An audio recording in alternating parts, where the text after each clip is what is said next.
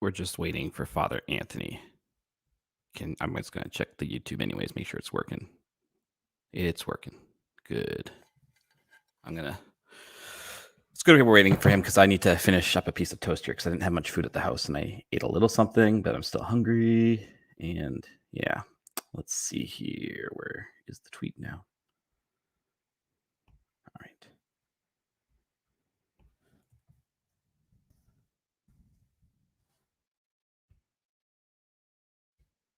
Y'all hear me? Those who are watching live? Now, wait, is this recording? It is recording. Whatever. You gotta watch me eat toast.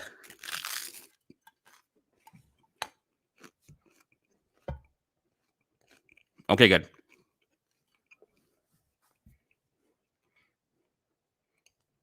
I'll try not to chew in the microphone. Maybe. How's everyone doing? I'll mute myself while everyone responds.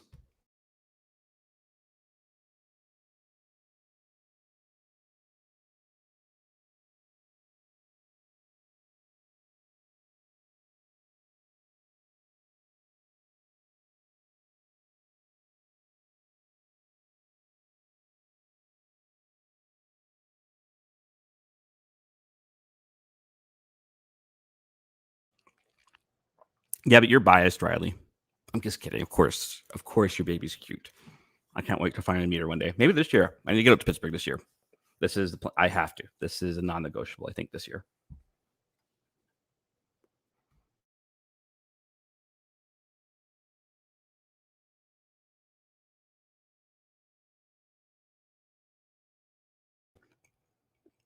Here, there's always time for more coffee.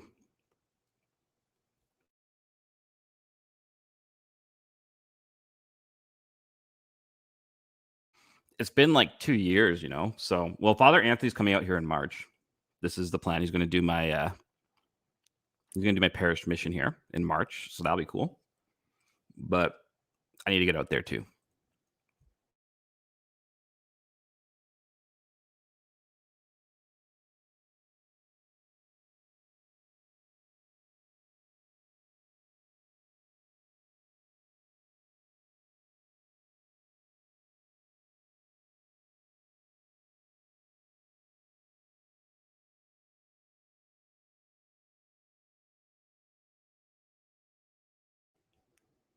Italians are always late. Oops. All right, I forgot I can do that. That's good. Okay, well, there we go. It's been a while since we've done a live stream thing, so I'm gonna have to get used to running this again here. I'm almost done my toast. Then you guys can stop hearing me chewy.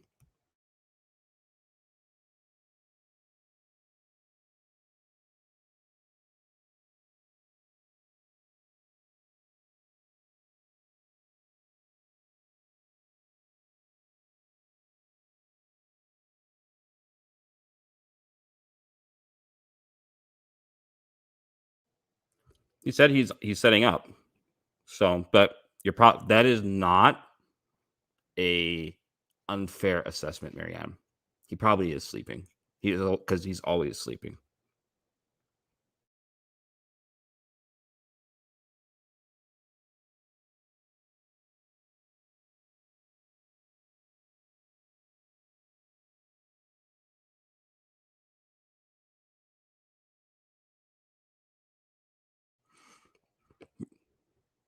Hi, Sister Teresa. Where's Katie? She said that she was going to come on here and talk smack. And same with Shannon. Where's all these people who have threatened to talk smack and to do all sorts of mean things and aren't here? I can't believe it. They talk a big game. But they don't follow it up with action.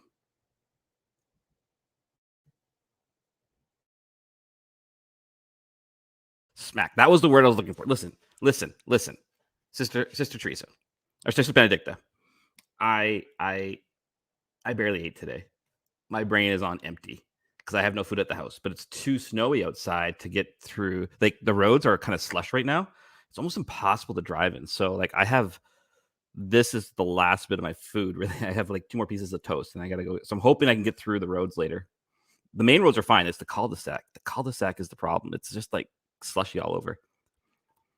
Hi, David.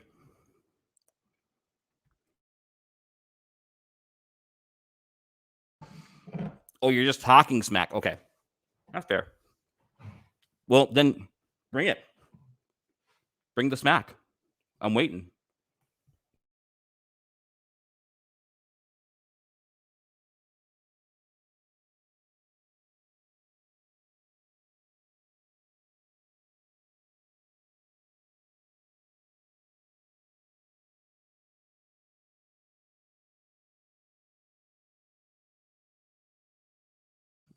All right, I'm done my toast. I can stop muting the microphone so you guys don't have to hear me crunch chew. That's probably fair, Marianne. That's probably fair. But do I hear there? I hear excuses. I don't hear commitment. You got to back up your game, in my opinion, no matter what. Maybe I'm wrong. Maybe I'm wrong. Who knows? Whomst is to say. Where the heck is this guy? I said 5 o'clock. I said noon. He said noon.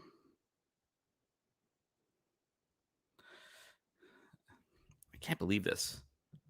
And Riley can confirm that he said noon because it's in the group chat. It's in the group chat.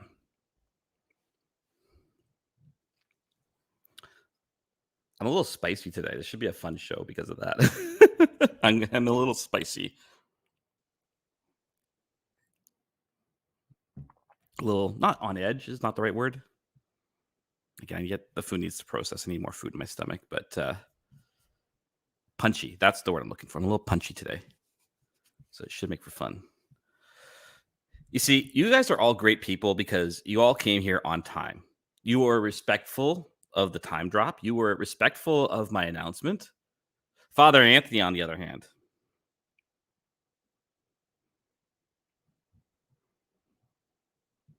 I don't know what to say. I don't know what to say.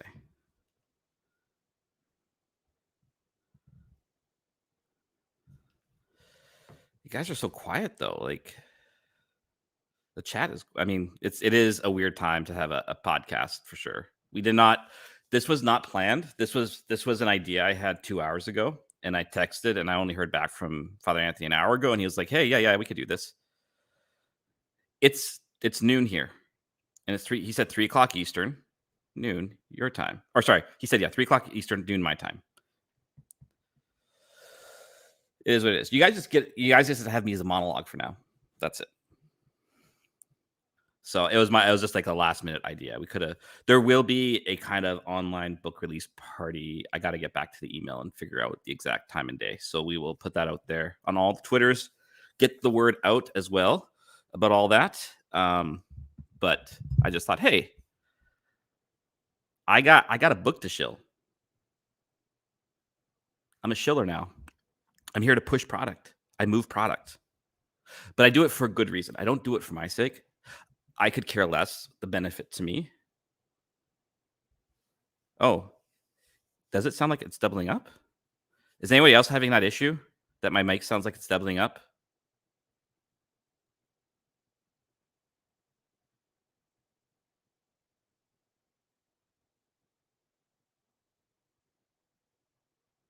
Okay. Jake, it might be. Do you have a double YouTube page open, Jake?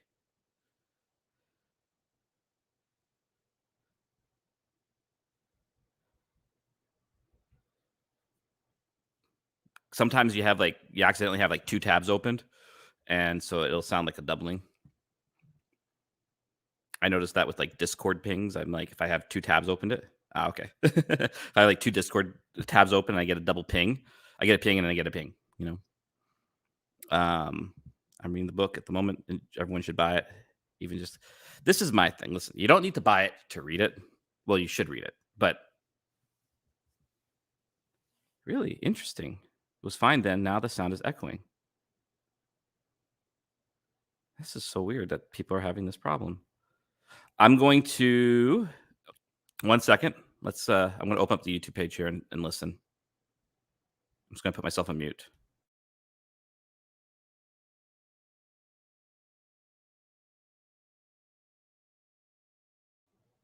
Yeah, no, there's no echo on my end either. Okay.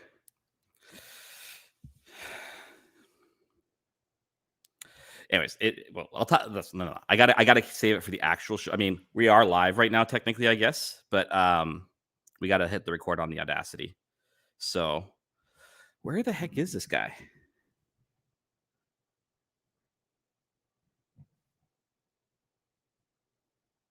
I'm just going to text him the nervous-looking emoji.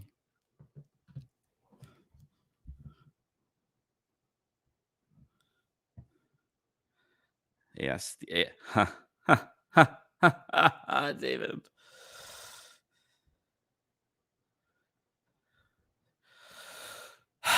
Marianne, you bring up this source of pain. It's not a source of pain. It's just I still have a little bit to finish on it, and it was due a while ago. So I got a lot going on. Unfortunately, most of it I can't talk about. It's been a couple months, but it's been a couple months. Let's just say that. I haven't touched my thesis in 2 months. I'm trying to touch it this week. I'm off for a few days. We usually get a couple days off after Christmas, so I was actually supposed to be in Victoria, but I had a car issue, so I couldn't get down there. I'm on a spare tire right now, and I got to call the tire people to remount the old tire today because the towing company popped the tire. So all that fun stuff, which is fine. I'm happy to stay home, chill at my rectory, clean, do some reading, hopefully. Try and get. I haven't really read much in the last couple of months, which I know is crazy to hear. And for me to say even, but that's how crazy life has been the last couple of months, which is why I've not been on Twitter very much. And also, yeah, the ADHD stuff got really weird for few weeks there. But it turns out it was kind of like stress plus the meds weren't a very good, high stress plus the meds were not a very good combination. So I got off for a bit.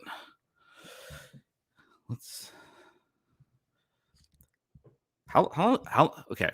Is he doing his hair? Like he's gonna be so mad at me. This is great. I get to talk smack now. Thanks, Sister Teresa. Good to see you. Yes, please say a prayer for us. God bless you. And the show will be on the YouTube page right away, and then it'll be on the podcast on Friday or whenever it gets dropped there. Come on.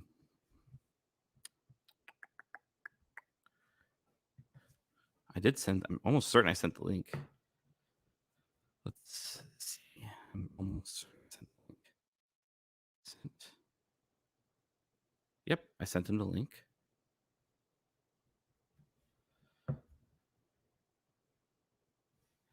Exactly, Marianne, because Indiana, as we all know, has to pull her own weight.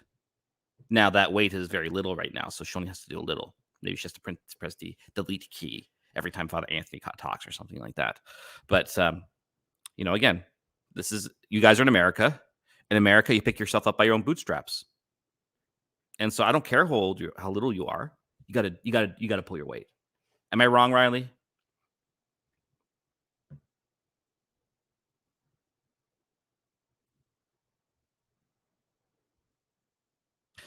The one weird thing about doing these things is the delay. The delay is weird with the chat.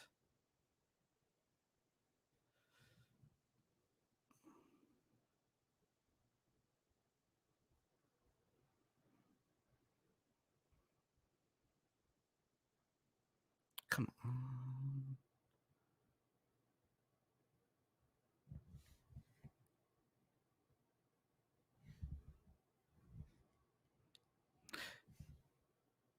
It's hard to hold a crowd by as one person when you can't hear anyone else.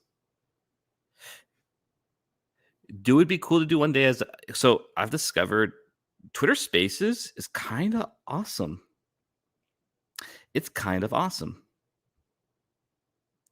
I think it's essentially Clubhouse, but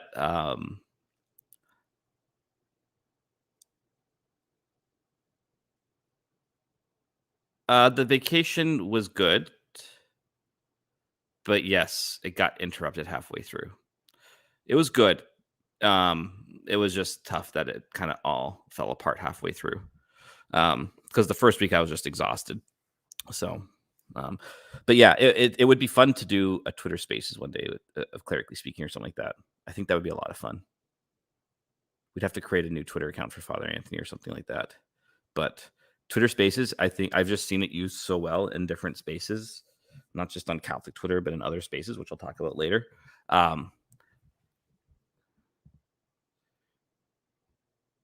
Yeah, exactly. And it's like it's easy to use. It's very intuitive. I'm very grateful that Twitter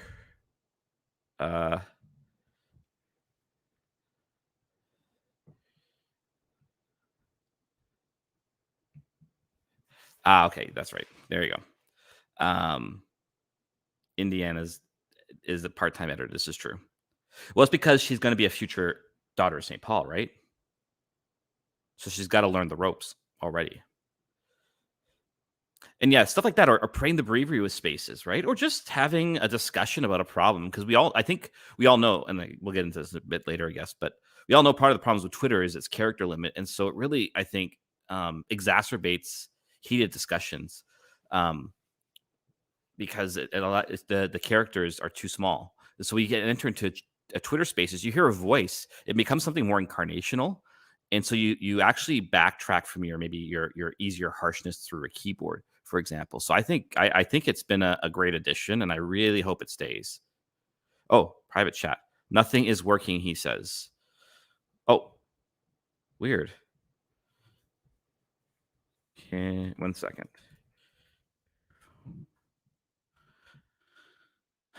Apparently nothing's working on his end. I want to get back to comments.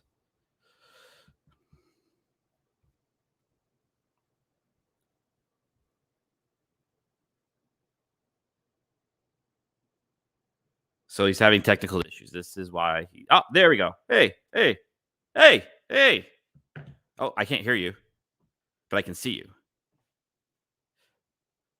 It's okay. You can't talk, so you can't smack back. So you have to push the light. You have to push the other light next to the cord. The little, yeah. I don't know if they bought Clubhouse or they stripped it off. Okay, 1 second. Oops, 1 second. Say again. Here.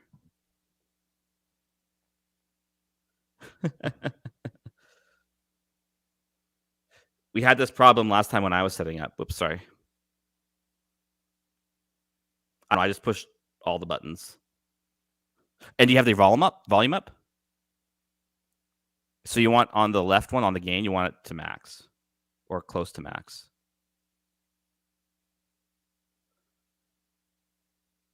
Isn't this fun? You guys get to see me do tech support for Father Anthony. And it's clear he did his hair for the podcast. Darn it. Back on. Oh, you heard me? Yeah, I can hear you. Okay. Now, the only problem is, why is the sound coming through my computer and not the headset I plugged in? So you go to your sound settings. And you're going to click on the thing to test. Your output. No, still not doing it. Choose headphones.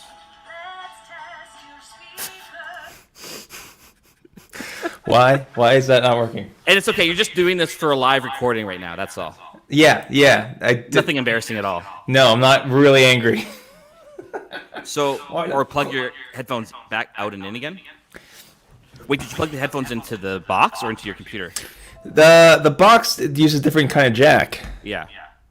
So that won't work. Why? Like, yes. What device did I plug in? I plugged in headphones. Yeah. Wait, headphones with microphone? No. Try that. Test. That work? There you go. There. Nope. Still. You want headphones without microphone. Okay, I'll be right back. Oh, mother fuzzy. Have you tried turning it on and off? My keys. Where did I put my keys? So mad. So much garbage. Do you want me to put you on mute and turn off your camera for? Oh, No. Let them see my failure. We're gonna everyone see this live. Hey, this is the content that's not gonna show up on the podcast, okay, folks? So you're getting something free here. It's okay. To be fair, oh my gosh, that echo's annoying. To be fair, Nick had to do something similar for me when I got my equipment. So,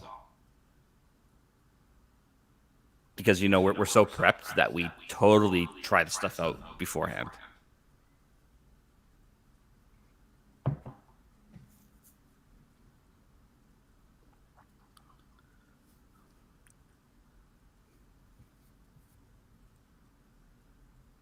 Wait, is that actually a GIF?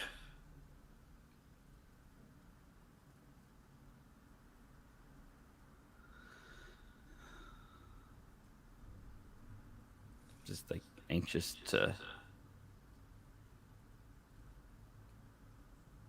show the book. Well, I hope you guys have nothing better to do.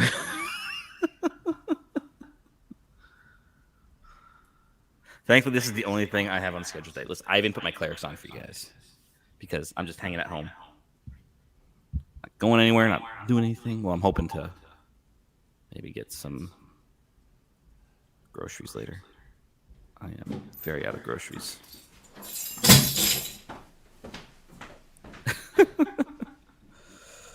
There's so many memes here. It's gonna be. It could be great.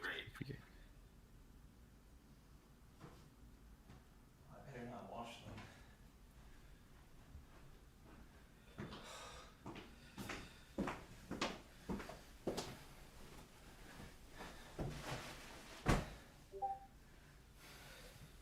Somebody's using Discord. Damn it. Okay.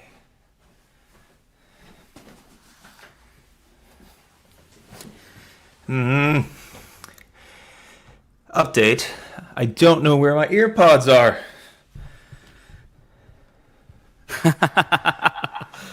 Poor Sister Benedicta. And she had to listen to me a lot those 10 days when we were filming it. Okay. There's gotta be. Why won't you work?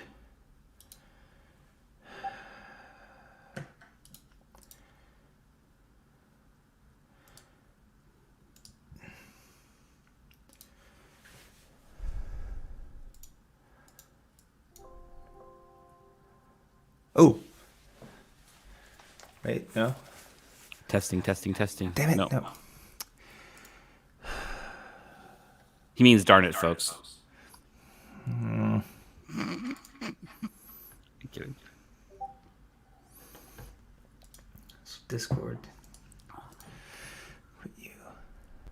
Sister Benedicta, how far along are you? Testing. Nope. Why won't you work? Did you try unplugging the headphones and plugging them back in? Yes. Okay. Okay. What device did you plug in? Headphones.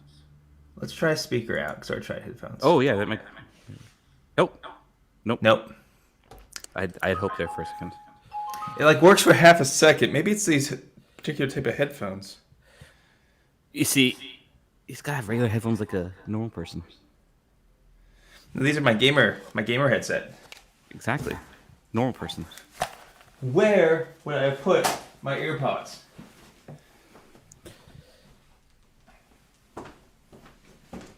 That's awesome that it's on target. So, for those who don't know, part of Mysterio, there'll be a video series coming out in March as well.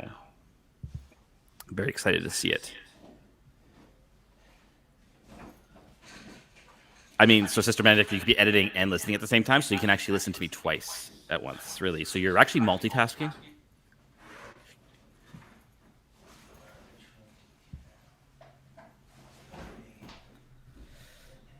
Wait, I think this is Father Anthony's room, actual room.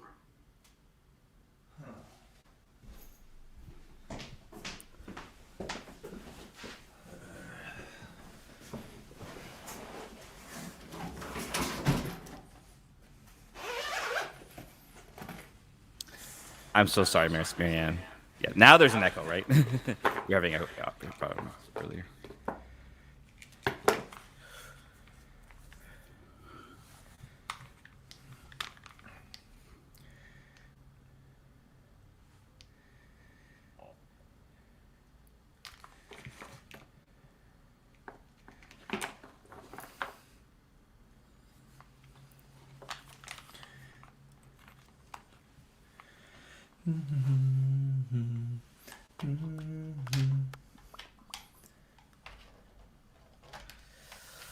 It's also been a few weeks. We're a little rusty. Oh, that's a good sound.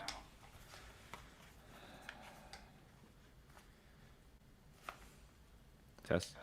Nope.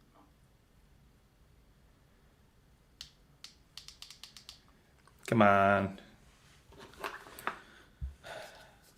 Oh, wait. Maybe this will work. Oh.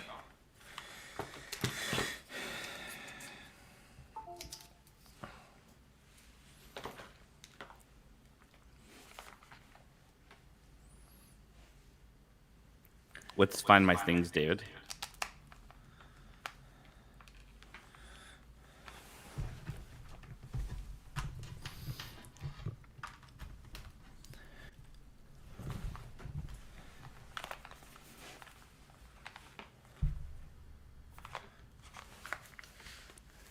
Test. Nope. Test. Test. Nope. What's going on? Okay, so the headphone jack Yeah. on my computer. I think this. I remember this happened last time too, though. Like with my microphone, like whatever it is, the box changes settings differently, and I think this is. Which should I spell? Headphones. Okay.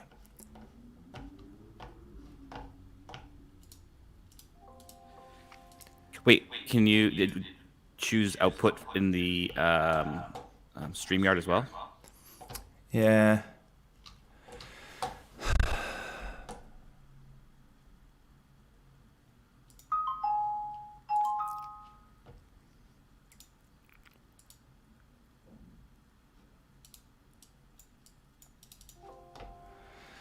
Oh boy. Oh boy.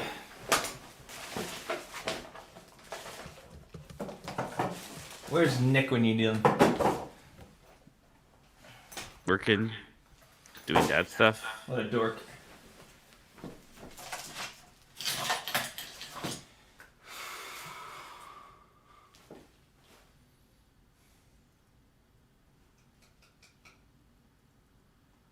Does that just not look hard enough?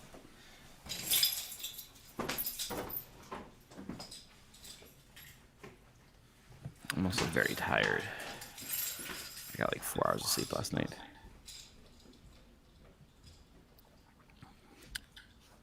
Woke up with a bad stomach ache at like 4 a.m. So then, yeah, once you're up, you're just hard to fall asleep.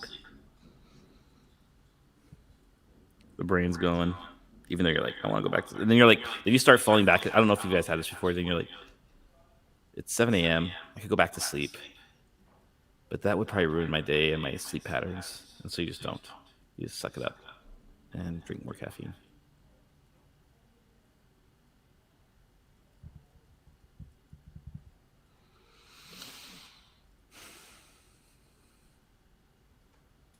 I'm really sorry, guys. I had similar problems beforehand, and I don't know how to fix it all. The box does something weird to the sound setup for your computer.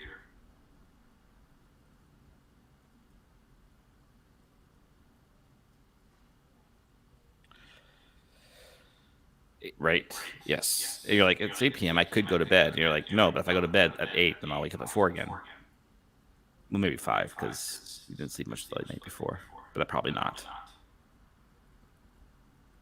As one slowly gets older, sleep happens less and less. It just seems to be the facts of life.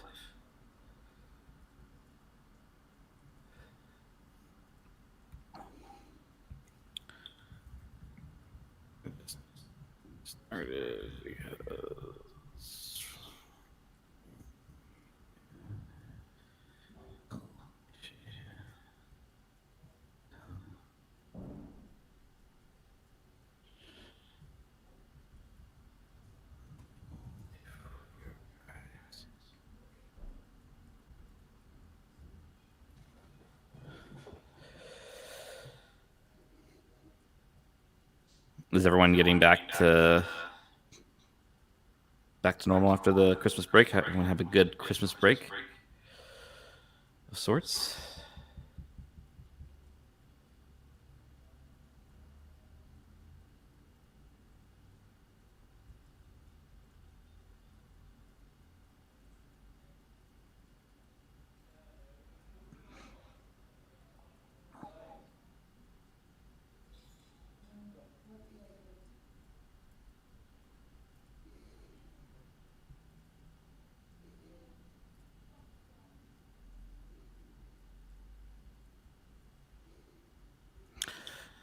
Define normal. I would say, in your state of life, Sister Benedicta, I don't know if there is normal. Normal would be like constantly abnormal. Would that be fair?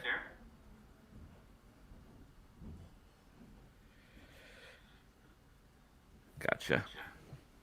What do you do, Hugh?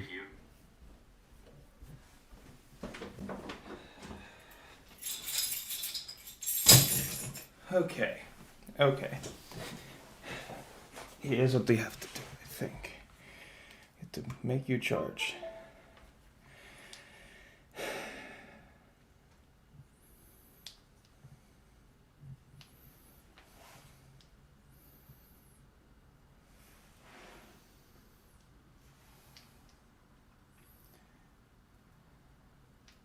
Gotcha.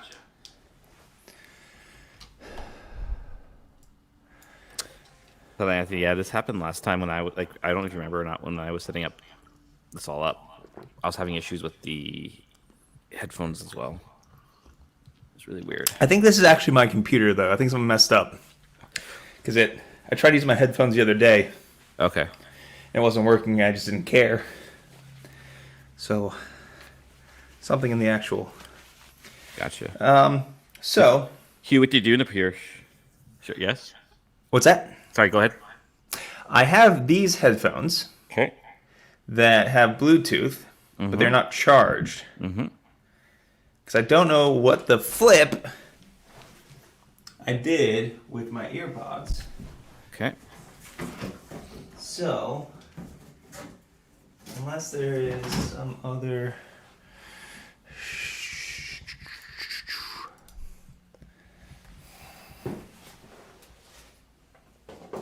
those adapters. Where would they have been? Might be at my parents' house. That would be sad.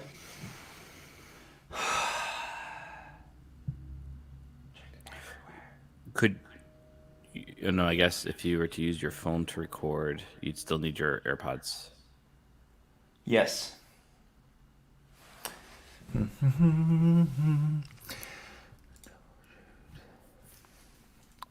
How long is it going to take to charge?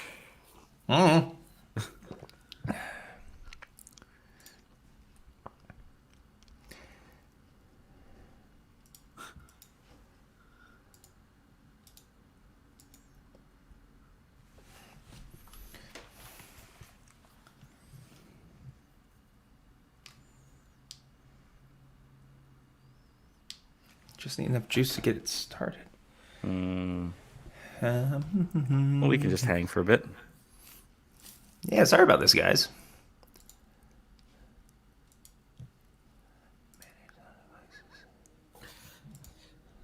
Sister Benedicta, which episode are you working on?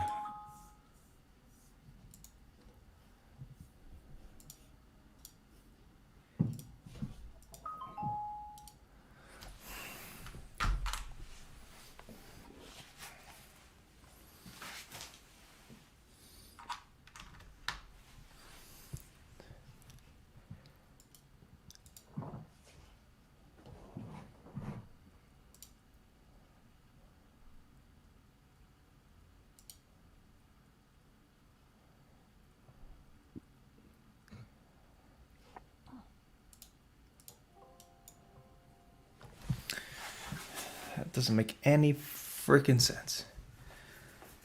Gotcha. Wait. You can't hear me. Wait. This Well, is good. here's This a is weird good. idea. This is good. Or did you turn me off? Can you hear me? You can't hear me. I'm just like, this is hilarious. You can't hear me. Hello? This means your speakers, your headphones are working somewhere. You can't hear me. Okay, 1 second. If this works, it's gonna be so dumb. Hello. You can hear me? You can hear me? Can you hear me? No. Let's see. Speaker.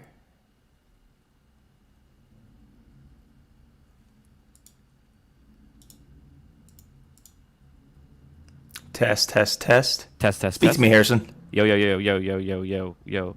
Microphone checkup. Nope. It's coming through my audio. Why don't I hear you? Well, this is a step in the right direction. Oh man, doesn't make any sense.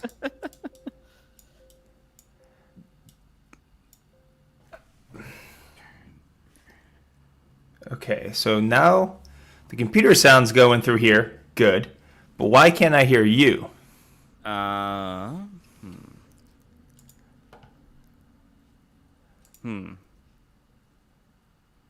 Sorry, folks. I'm going to use the chat to communicate with him.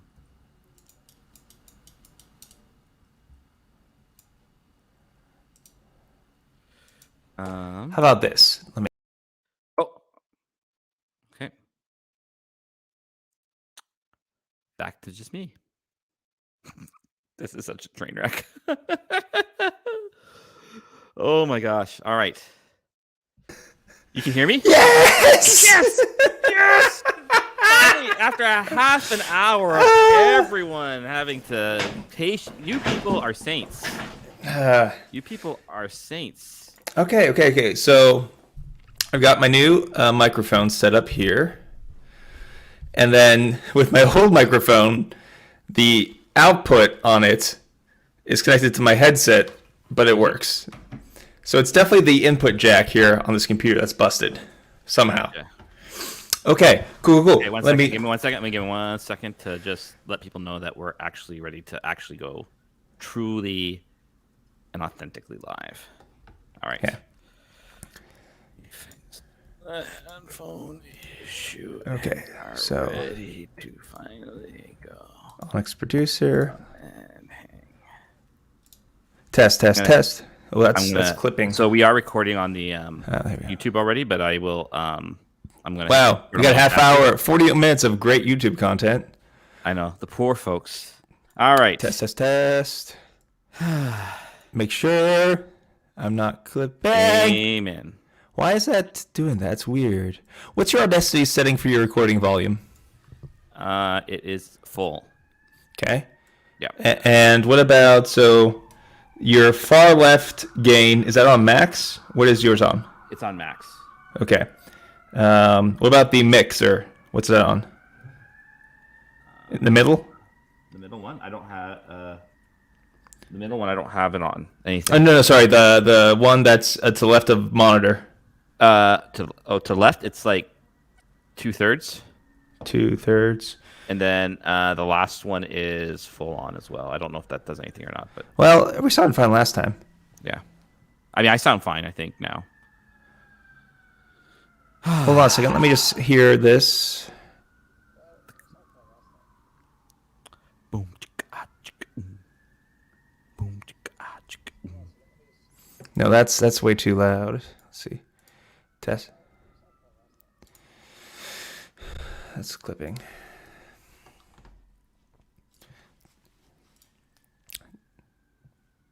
Test. Ba ba ba ba ba ba ba. Okay. No, that's still weird. What's weird about it? You sound fine to me. Yeah. Now you're low. I don't find Now you're really low. Why do I sound weird on Audacity?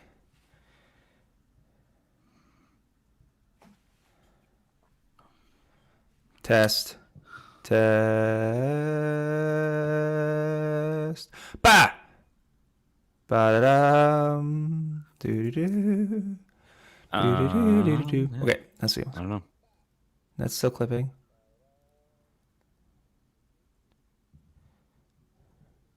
Okay, so I want to make my... That doesn't make sense. Why would that change anything? right, Derek. Test. I know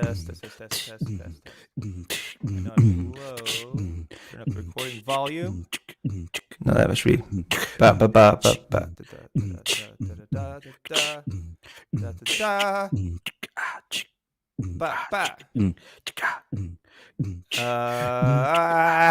Once again, great YouTube content. Okay, those squiggles. The squiggles look better. Let's see what that sounds like.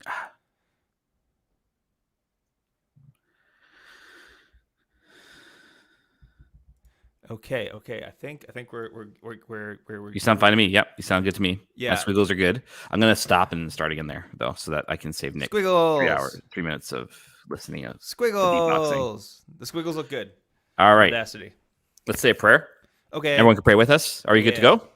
Yeah. I'm glad you're leading this one because my brain's all confuddled after all this. It's all good. My brain's also kind Shenaniganery. of confuddled, but it's fine. We'll be good. there. We'll be good. We'll be good. Go. All right. In the name of the Father, Son, and Holy Spirit. Amen. Amen. God, our Heavenly Father, give you thanks and praise for the gift of this day and the gift of your Son. We ask you to bless our time together, to bless our listeners, to bless our equipment, and to bless all who will participate with us this day, and to bless our parishioners, Nick and Riley and Indiana, and all our benefactors. May you send your Holy Spirit upon all of us so that what we do and say may be to your glory. With Mary, we ask this through Christ our Lord. Amen. Blessed James Alberioni. Pray for us. In the name of the Father, and of the Son, and of the Holy Spirit. Amen. Amen. All right, we do a 3, 2, 1 clap, folks. This is getting a little bit behind the a little bit behind the curtain there. All right. 3, 2, 1.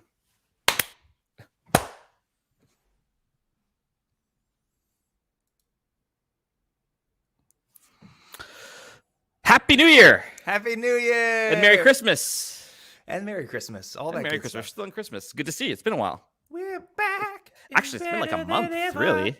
What's that? It's been a month, really, actually, I think. Yeah, I think we took a few weeks off. Because you had, I think our last episode was vampires, wasn't it? Or was that, no, it was Larry. It was Larry. Oh, no, it was Larry. So it was 3 weeks, which is fine. Mm-hmm. Yeah, schedules got a little difficult to get together, folks. So we had to just be okay with taking a break. But we're back. We're good to go.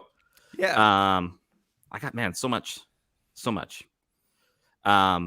But the reason we're doing, you'll notice for those who are, yes. So Katie Ruvicalba had said on Twitter that she was going to come and talk smack to us and heckle us, but I don't see the heckling happening at all. So that's fine. Well, maybe you should explain to our audio participants what we're doing here today. We're doing a live stream today. This was a last minute idea of mine. I thought, hey, we could do this. We're going to record today at noon. We started a little late. If you go to the YouTube channel, you get a half hour very awkward content before the start. So you get a very half hour very it's awkward all free, baby. content. Awkward content. But we are live today. Well, before we actually start, I have unless this is going to be part of your little set. No, go ahead. Catch up on. Is your wrist a little heavy? It is. It's not. It's one of those things. In as much as the Lord's yoke is easy, his burden light, so is this wrist watch right here. Nice. Very nice. Got this fancy new Seiko watch for Christmas. Thanks to the watch senpais for picking it out for me, JVL and Ed Condon. It's funny because my mom, she worked in the fashion industry for years and years and years. Yeah. She knows style. She knows a lot of stuff. She's an expert. But watch world is a very different world. And so she learned a lot in this process as well. But I love it. I look at it all the time. That's awesome. Very, very nice. That is very nice. It is. I have my nice watch as well. I actually got. This is I hope Ed and JVL don't kill me for having this, but I have a second watch now. Okay. I got an Apple Watch. You got an Apple Watch because I'm trying to it's not a New Year's resolution. This is just I need to get my button gear with exercising resolution. And I was looking between the Peloton and Apple Fitness. Mm-hmm. And Apple Fitness is like half the price when you buy your own bike and stuff like this, and the watch. And it's like a quarter of the cost for the monthly classes.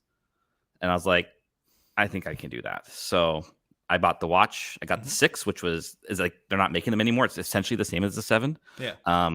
And so I got that for this. So this is my parents gave me some money for Christmas to put towards the exercise equipment. So this is part of that. So I'm getting a bike next week, which is nice. But yeah, but welcome to Nice Watch Club. I think every man needs a good watch. See, here's the thing. I am just entering into Watch World, so I don't feel comfortable enough to talk about it. No, I know nothing about, like, listen, I too do not know all the stuff that Ed and JVL know about it. And it part of my joy being around them when they talk about watches is just seeing them be so happy about it. Indeed. It's good to see them get so excited.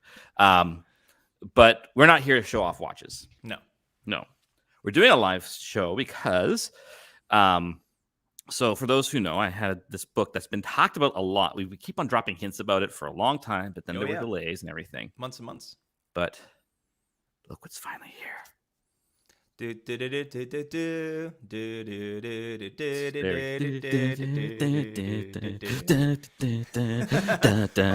book, Mysterion. It's real life. It has become It's real life. It is real life. Yes, there were a few delays for a few different reasons, but it's finally here. And man, like when I unboxed that box, you're just huffing your book.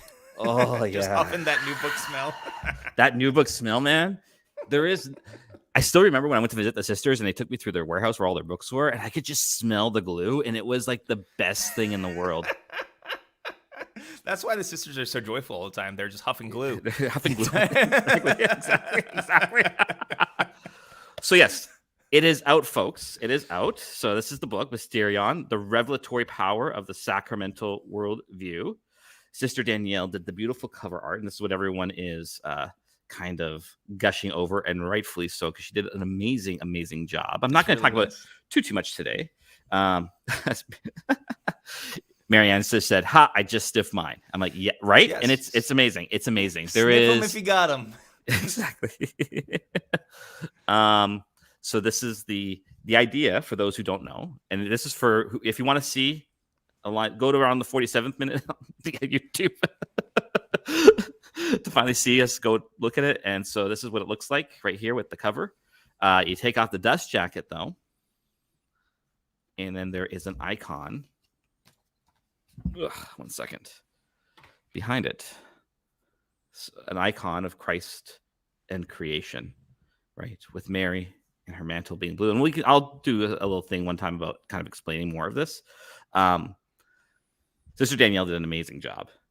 I mean, this is just the most stunning thing. And so it's out. It has many endorsements. It is lacking one endorsement. This is not a false humility thing. This is something that has genuinely confused me from the very moment you first asked, because I thought it was a joke. Months and months and months ago, you asked me to write an endorsement for your book, and I thought it was a joke. Because, like, you're getting endorsements from what, like bishops and like actual writers. Why would my endorsement even be printed? Because you are the co-host of a popular Catholic podcast. Yeah, I just don't buy it. I was like, so you can, or anyways, that's fine. But obviously, you endorse it somehow, right? Like you're letting me talk about it. You let me shill. Like, yeah. No, I'll be honest, folks. I hate self-promotion. I can't stand it. Oh, there we go. Sister Benedicta says we can add it on the reprint. No. Now, since I am a wanted commodity, I have some stipulations if it's going to happen. Okay. I want the second edition to be the Father Anthony Sciarappa special edition with an exclusive commentary written in the margins. I want. Do we put long hair on the peacock? Yes. A little beard on the peacock, a little man bun on the peacock. I'll talk with the sisters, but I think we can make it happen. I'll have my I'm sure they would be fine with this. Yes. That's the only way it's going to happen. Yes. So you can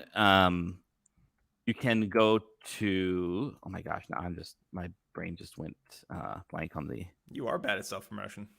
Oh yeah, there we go.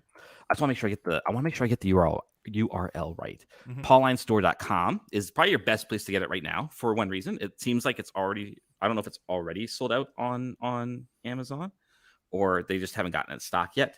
But it says not in stock on Amazon. So your best place, and here's why you want to get it at Pauline if you haven't gotten it yet. the sisters get a bigger share. So you're actually supporting the sisters more. And that's a good thing.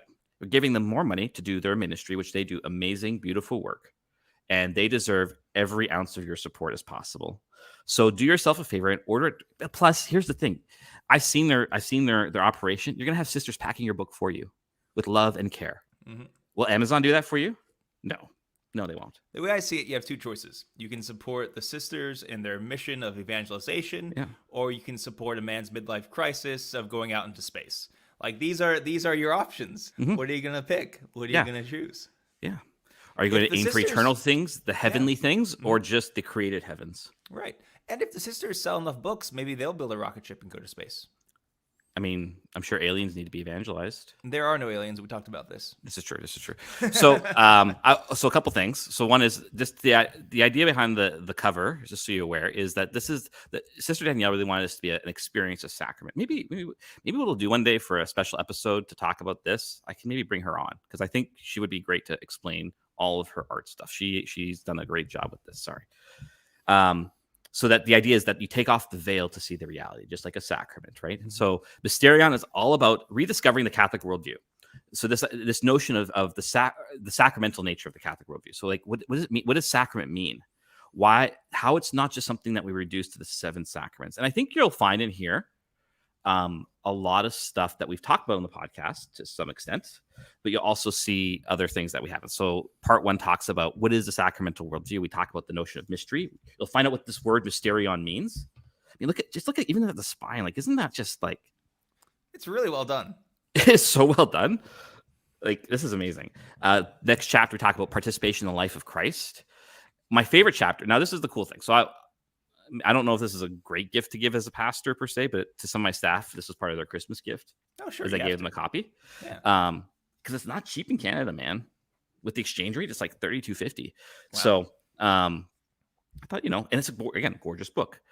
I gave it especially to my secretary or my reception. And actually, sorry, she's my office manager now. Because she's kind of my target audience in many ways.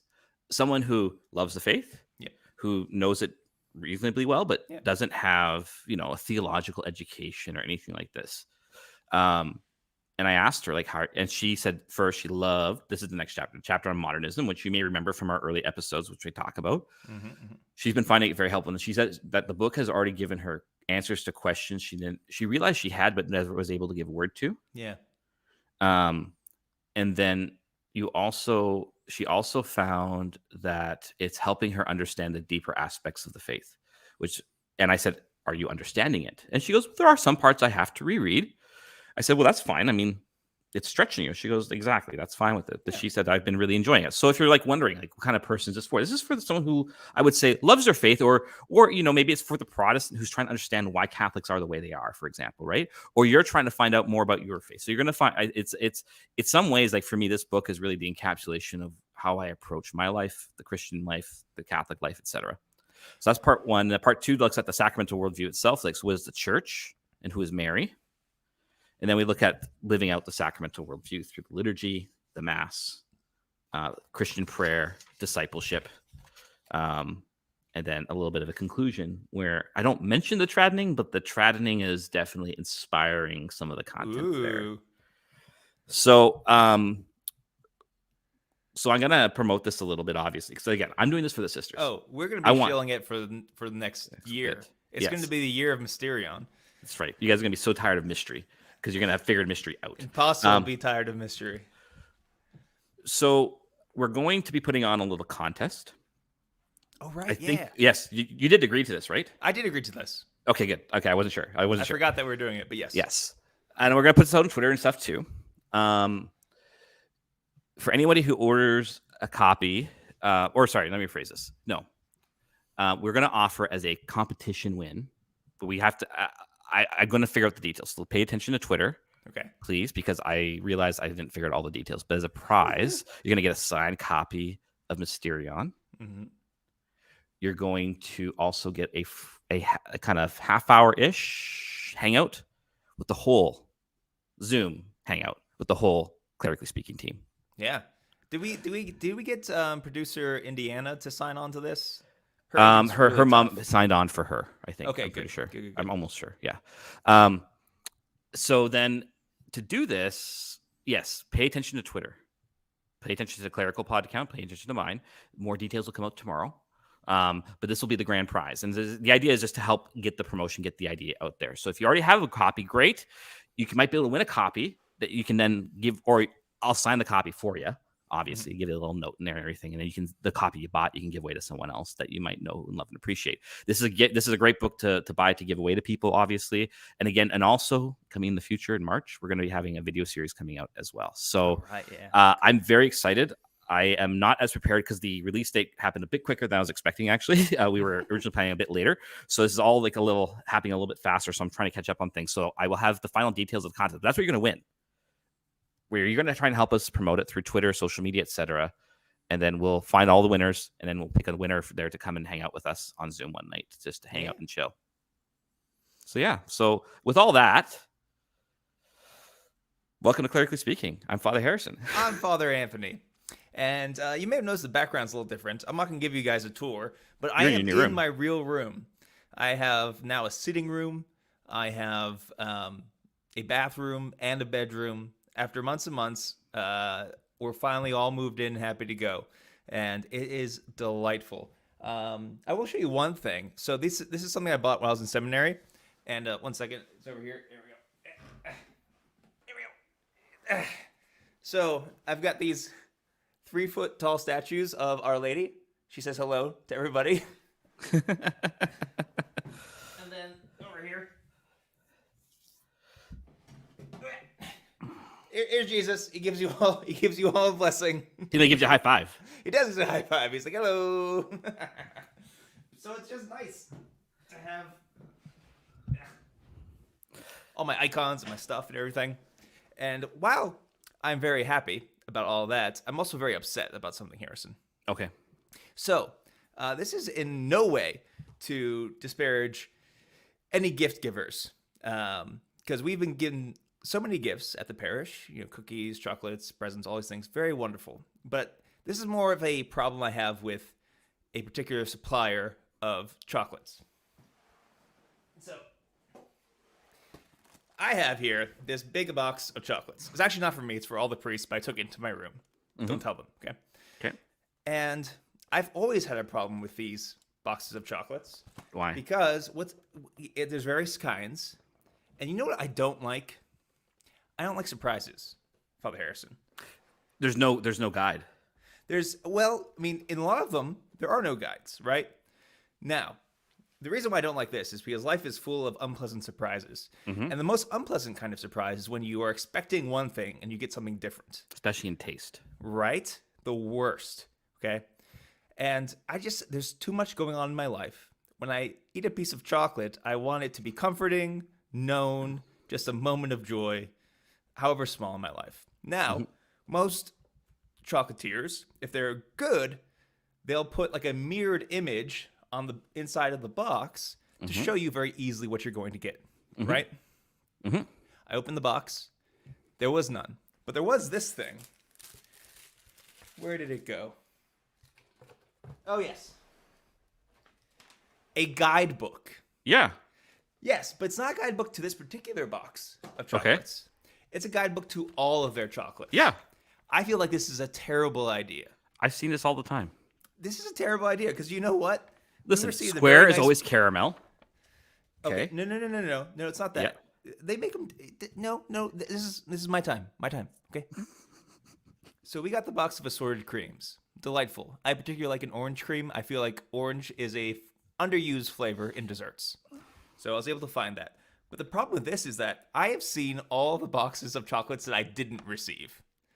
So there is something called the VIP assortment. And the box is like 3 feet long. And you're like, why didn't I get the VIP assortment? I can literally measure how much you love me by this guide. Now, at least I didn't get the signature assortment, which is like 7 chocolates. Like, if you give someone that, you're basically insulting them in some way. But I also didn't get the 20-ounce classic assortment. Okay. So many. I didn't get the assorted truffles. Look at all these things you didn't give me. I feel like it's a terrible idea for a gift. I shouldn't know what I missed out on. But you just enjoy it.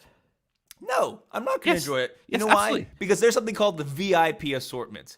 And I'm not a VIP in your life. All I do is give you God's grace through the sacraments. All I do is give up my entire life for you, and I'm not worthy of a VIP assortment. You do realize what's going to happen now. What's going to happen now? A VIP box is going to be showing up at your door at some point. I think that would be appropriate. I think, like, the worker deserves his pay. I deserve a VIP box of chocolates. I don't think that's too much to ask. Except it might I bring feel you bad that I diabetes. even have to ask for this, because really I shouldn't have Except to. it might bring you diabetes.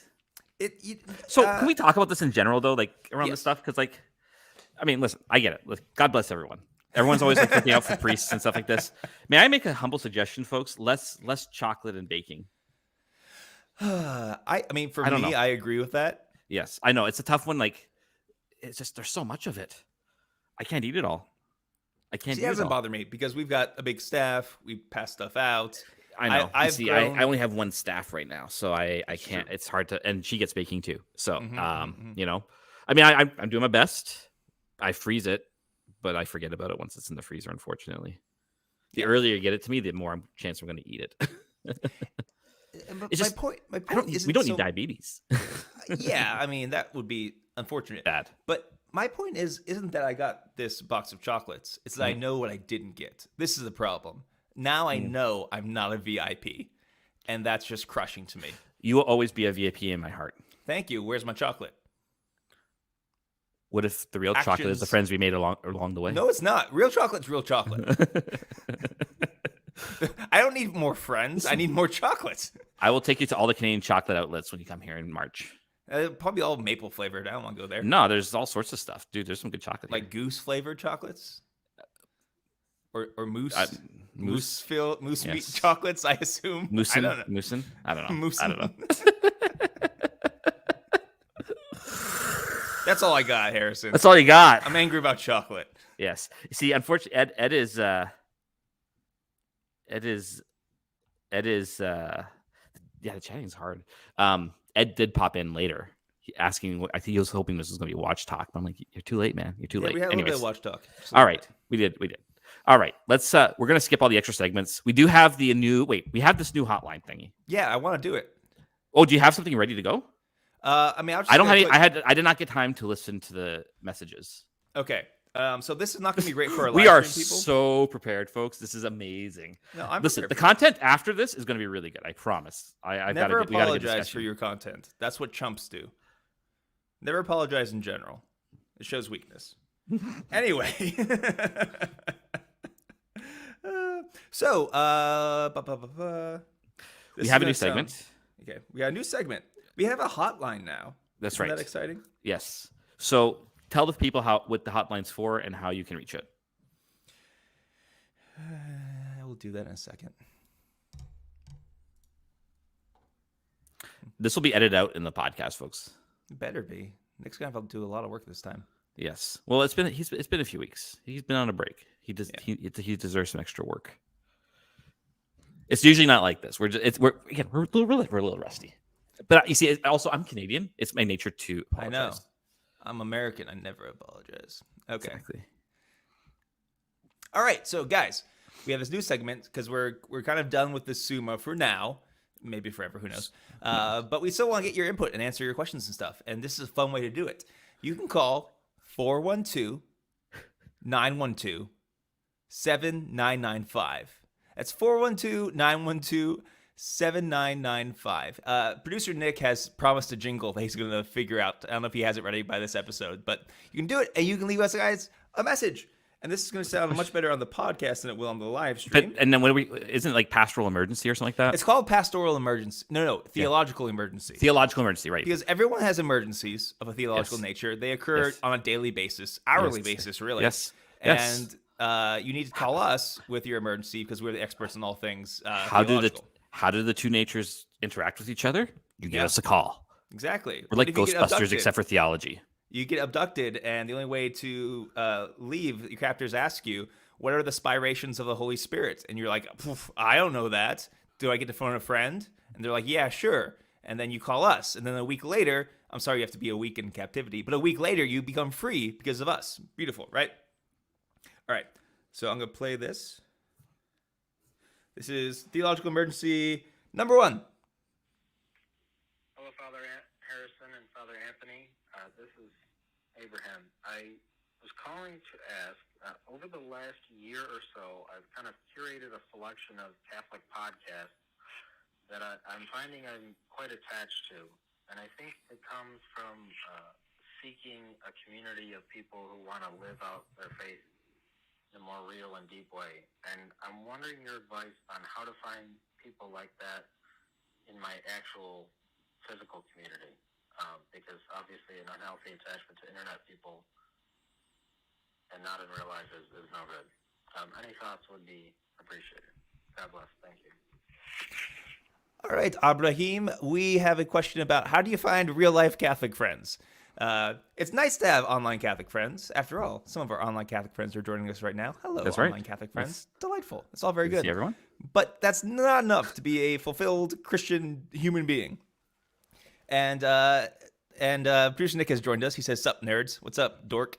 And so the question is, how do you find real-life Catholic friends? Mm-hmm. I will begin by saying, this can be very difficult. So don't beat yourself up if you find difficulty in doing this. A lot of this is also up to chance. Some parishes have very vibrant Catholic communities that you can just like look at the bulletin, figure out something that you want to join, and you can find people, and they're wonderful. And that's great. So a lot of times the answer is simply getting connected with your parish, seeing Knights of Columbus stuff, if there's a men's group or a ladies group, if there's a Bible study, if your parish is blessed to have a young adults group. Go check it out and give it a shot. But my big advice to do this is to pray for good Catholic friends. The Lord doesn't want us to be wandering about this veil alone without any community. And by praying and asking for that gift, that will help you to find people. The Lord will put people in your life. So the more you pray for it, that will help as well. Yeah, and I think, how do I want to put it? It's hard. It depends on where you are. Like sometimes you're in a small place maybe, and there aren't many Catholics there, or maybe you're in a place where you're a Catholic minority or something like that. All these things make it difficult and hard. Sometimes, sometimes it's also maybe looking a bit outside your parish at the start, maybe sometime elsewhere in your diocese. To find people who you like, if there's different programs going on, larger things, men's groups, for example, for you, Abraham, right? Like, is there a men's group happening nearby? That could be a great place to start, where they might know someone in your parish that they can get you in touch with. I do find that if there is a good course of some sort in your parish to take part in, that's always a great place to get to know people. It's hard. I think part of it too. It's as we realize these things, it's been COVID, and so it's been hard to we realize maybe how more isolated we've been without having those normal structures and supports in parishes that we usually would have. So, go easy on yourself on that one. And it's like, I think there's something good to online Catholic community, and that's not a bad thing either. Sometimes it can fill that hole for a while for us, but I think it's also good that you recognize it can't be the be all. So like Father Anthony said, pray, seek out locally, or even sometimes it's like, hey, if there's a Catholic event you want to go to somewhere that you can travel to, go to that. Mm-hmm. Fly out to that, drive out to that, whatever. It's a start. It's something, right? And it's meeting people face to face. And also, Katie brings up a good point. You might actually have to do some work. She says, make eye contact with people your age and invite them over for dinner. It's true. So you might have to be the one to do this. Yeah. I remember coming across a Catholic couple. I was at a wedding, I think somewhere in Texas or Florida or somewhere. And there was these two young adults married. And when they got to their Catholic parish, they realized there was no community. So they started one. Mm-hmm. So sometimes you have to put in the work as well. And easier said than done. But if you pray, it's hard to know. Like, it's hard to know without knowing like what the parish situation is like and stuff like that, right? Like if there's 10 people going to mass, that's gonna be really hard to do regardless. Yeah, exactly. All right, let's do one more. Let's see. I'm looking for one specifically. Hi, Father Harrison. Nope, not that one. You guys are getting the live stuff. That's a good one, but we're saving that for later. Hello, Fathers. This is Thomas from San Diego. Nope, sorry, Thomas. We'll get to yours later. Hi, I have a quick question. This is Pat from The Crunch, by the way. Are afraid that by posting your phone number on the internet that people will use this fun idea for a segment as a shameless plug for their own podcast. Anyway, can't wait to hear your thoughts. Love you, boys. I mean, fathers. Bye. Listen to... And it just cuts off there. I'm actually not afraid at all. Yeah, because we don't know anybody who has also Catholic podcasts. Exactly, and we get to control the content that comes on our podcast. Exactly. So and we I'm would not only worried put good about that. content on, so we're not worried about all these other podcasts. Yeah, like who else would podcasts? Yeah, who else would possibly like have the gall to advertise on a legitimate Catholic podcast And not such just any as our own? like, yeah, exactly. Especially if they're like, you know, laity or something like that. Like, Right? who wants to listen to laity anyways, What right? do they know? Ridiculous. We love the laity. This is a joke. Imagine like two children who just like went to a Catholic school and like read some books, actually making a podcast and it being successful. I can't imagine that. I So can't. no, imagine I'm that not either. worried about that, Pat. Yeah. From the where Crunch is is he a from? weird city to be from. Yeah, But I yeah. haven't heard of that one. It must be so I somewhere in definitely- Pennsylvania. Yeah, I definitely It sounds like a wouldn't Pennsylvania thing. I definitely wouldn't look up the Crunch to find out where that Not at city all. is or if it's a podcast or No, anything. So, or why if there's a guy named Pat there? yeah. Yeah, I'm not worried about it at all. Not at all. Not at all. So, guys, we've got a lot of fun ones. We'll be playing them in the future, but go ahead, give us a call. It can be silly, it can be serious. We're gonna try to get a mix of both. And really excited for this because we got a lot of good ones already in the bank that we're gonna be playing, and it's a fun idea. Also, if you call, it's a treat just to call in because producer Nick set up a message system, and it's delightful. I got It's a so phone in delightful. still. I still have to phone in. It's really fun, as only producer Nick can do. That Yeah. has been Theological Emergencies. That's 2 emergencies no longer prevalent in the world. Yes. You're welcome. Now, it's time for some good old presbyteral exhortations. All right. I want to talk about online stuff again. I think it's really important. And I want to talk about from a little experience I've had over the last year. I know this might be a tad little bit controversial, but on the side, as a little hobby, I actually quite enjoy NFTs. And I'll explain what that is in a second. You're going to have to because I've been Yes. trying not to learn for a long time. I'm really mad at you that you're going to make me learn something. Yes. But I've had also experiences of their online communities, and it's been very interesting. And as I've been trying to come back to Catholic Twitter this week, I was actually quite shocked. And it was actually quite a shock to the system, the difference, because honestly, the Catholic experience of social media, as I've been perusing and browsing and retweeting things and getting back on, and I had to be away for a while, not because of social media stuff, it's just life really got crazy for 2 months. Really crazy. And just a lot of emergencies that had to be taken care of. Not theological, but a lot of emergencies had to be. Anyways, I want to talk about this because I think there is something to online communities in general that I don't think we take seriously as Catholics. And I think we're being evangelically ignorant of it all. And I don't think that does us any good. And I think we're actually losing out on some major evangelical opportunity. I'm not going to go into all the stuff around NFTs and everything because this is not a show necessarily about NFTs itself. But it's been something I've been involved in for about a year as a little hobby, as a little collecting hobby and stuff like this. And also a little way to pay off some of my student loans, which has worked out and stuff like that, which is great. God bless it. It's great. But it's also been interesting because part of this whole culture is also like Discords and Twitter and all that stuff, and kind of paying attention to that stuff. Just a quick thing for those who don't know what an NFT is. An NFT is short for non-fungible token. And it exists on the Ethereum blockchain. I will not explain what blockchain is right now. This is not a show about blockchain. So something fungible means that when you exchange one thing for one thing, it's the same thing. So if I had 2 glasses here, this glass and I had this glass and then it was like another glass right here, they'd be fungible. They'd be exactly the same value, etc. But if you go to like an art museum, you see the Mona Lisa, you can have prints of the Mona Lisa and everything, but they're not the same as the Mona Lisa. Mm-hmm. The Mona Lisa is non-fungible. It's non-replicable. You can't replicate it. Okay. So non-fungible tokens are just you cannot replicate whatever exists, it is yours. You have the token with all the content that's associated with the token is yours exclusively and everything. It's not just about images. Everyone just makes fun of it. It's like, oh, you're just collecting JPEGs. You're actually not. And I think actually this is where I want to put a little challenge to Catholics. We have to be better about understanding before we just make fun of things about other communities or other things that happen online. There's a lot more to it for people.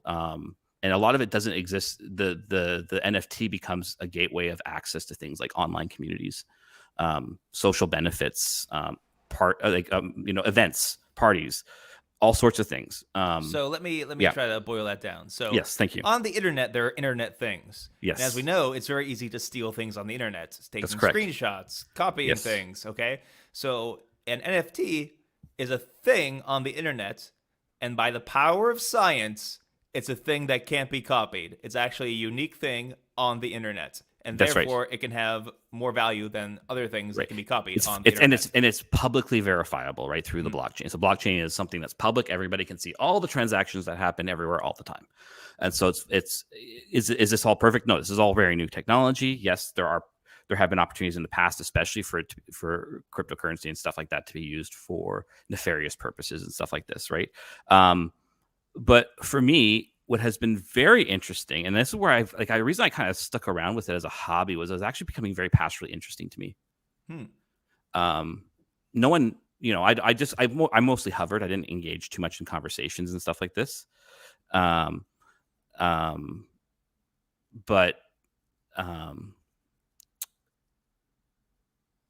it was what I saw as a need in so many people who engage in these communities.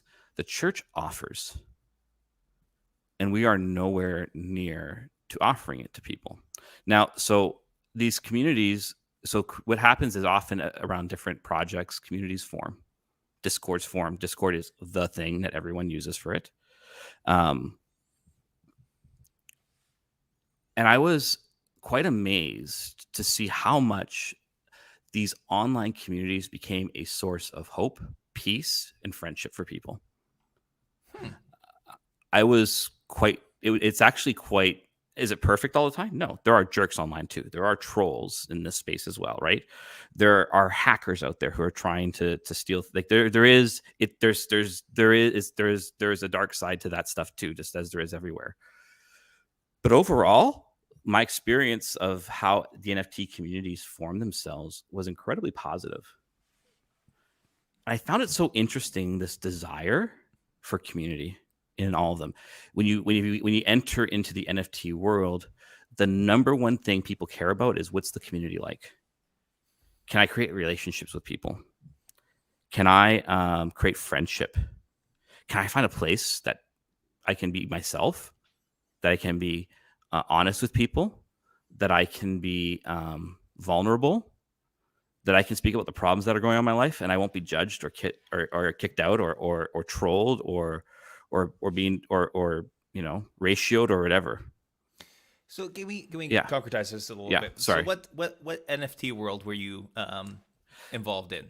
There's a few of them. So this stuff is like, I don't want to get into it just more because it gets complicated about how it all works. I don't want to bog down with all the technical detail stuff. Right. But just give what is the thing? Well, no, but there's a bunch of them. Okay. There's literally thousands of them. Okay. And I collect multiple different projects. Okay, so for example, Yes. one of the things that you were involved in was basically basketball cards, right? Basketball highlights, yeah. NBA Top Shot is the main one, yeah. Yeah, so I'm simplifying this. Yeah. Basically, they are online basketball cards. Yeah, except they're, yeah.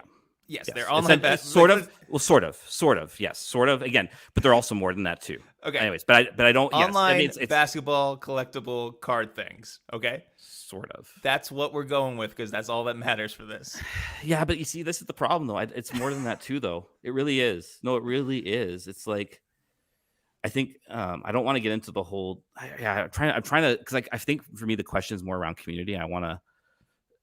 Right. Okay. I don't want to make it a technical thing This is because what it is we're more. doing. It's more than just basketball cards. Okay. Okay. But It is let's more just than go that. with this. Let's just go. I'm simplifying it to make it more concrete. I know. So you're just going to accept. But I just worry sometimes the simplification actually gets in the way of understanding what it really is. Because Okay. so for it's example, online basketball. it's online cards. it's online it's online collectibles that Okay. often bring utility, Mhm. often bring gateway access to communities, to events, etc. Right. I don't care about utility, and I just kind of dabbled in it, and I actually stuck around because I found the community stuff very interesting. Okay. So Yes, online collectibles centered around yes, basketball. Okay, so that's you one of get them. That's involved one in of them. that, and then Yeah. you find a Discord Other- where people may trade these things, talk about these things. They Yeah. form a community around a particular NFT.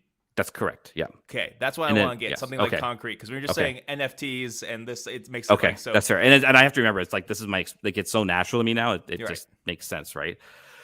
So, so it's around these collectibles essentially, and there's multiple collectible communities, right? Yes. And it's the central thing that everyone cares about. And so I had these different experiences that I want to just kind of. I was noticing again this desire for communities, this real friendship was happening. In real life, friendships occurred quite easily. People would want to get together at events around their particular project. People would want to find ways to create value for themselves through their projects that they were buying into, etc. But what was interesting is there was very little competition. There's competition everywhere, but this whole community in general, like the whole NFT, the larger NFT community, generally wants people to succeed. They want people to have financial success, even so that they can pay off their student loans, or pay off their car, or get out of debts, or whatever. They want to onboard people by being friendly, supportive, understanding, patient, willing to answer the simple questions without trolling, like saying, "Oh, you idiot! How come you don't understand this?" Right. Because they understand that this is a vital thing, and to onboard people, these are the characteristics you need to have, and generally they have this. Often, when people get like, so I'll give you an example. Actually, just this past weekend, one Discord got hacked, and $204,000 worth of Ethereum was stolen from people through them clicking on a scam link. Wow. And the owner of the project immediately tweeted out, I saw this happen. I'm working on the security stuff. I'm putting up a form. If you got scammed and I can verify that you did, I can verify your wallet that this money went out. I'm refunding everybody their money that they got scammed out of. Wow. He didn't have to do that. He did it because he felt that, and people came around him and offered him support. And like there's this general sense of camaraderie and support and friendship that I thought was really, really fascinating. One of the odd things that comes out of this, though, I will say it's odd from a Catholic perspective, this is stuff I really just could care less about, is really people like to use because often these projects are based around profile pictures, right? So like create, different art is your profile picture, but then people creating a kind of narrative around this, and it's like becomes like this almost avatar of themselves. And so it's this kind of postmodern sense of the creation of self that I find a little odd, but I also understand it. Like it makes a great logical sense based on the world we live in today. But overall, it's a very positive experience, and I found that quite delightful. And over this last week, as I'm logging back into Catholic Twitter and other places, I noticed the opposite. I don't know, maybe it's the way the algorithm is functioning. But I saw a lot of poison. I saw a lot of vitriol. I saw unnecessary ratioing and trolling, lack of understanding.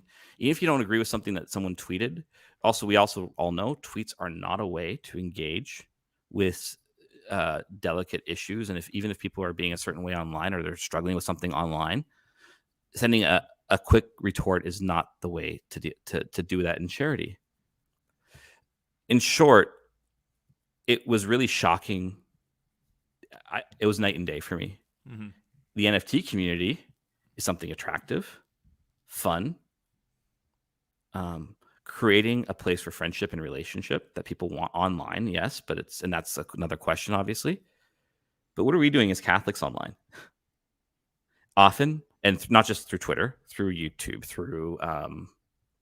through every form of social media, We're using it as an opportunity to destroy and to take down and to own the opponent and to build ourselves up as the only arbiter of truth. If you were some rando who's looking for community and you go onto Twitter and you saw both communities, which one do you think people would choose? Yeah. What does that say to us about as a church, at least in North America, online? And it was really, this was really shocking to me, because at the same time, I know as a Catholic, we offer everything those people are looking for in the NFT world. We offer in abundance, but we don't see it as a gift.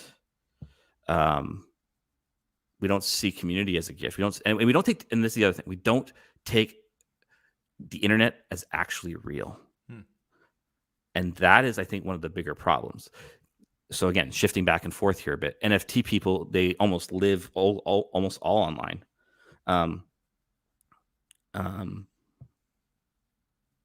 so online is life, right? It is reality to them.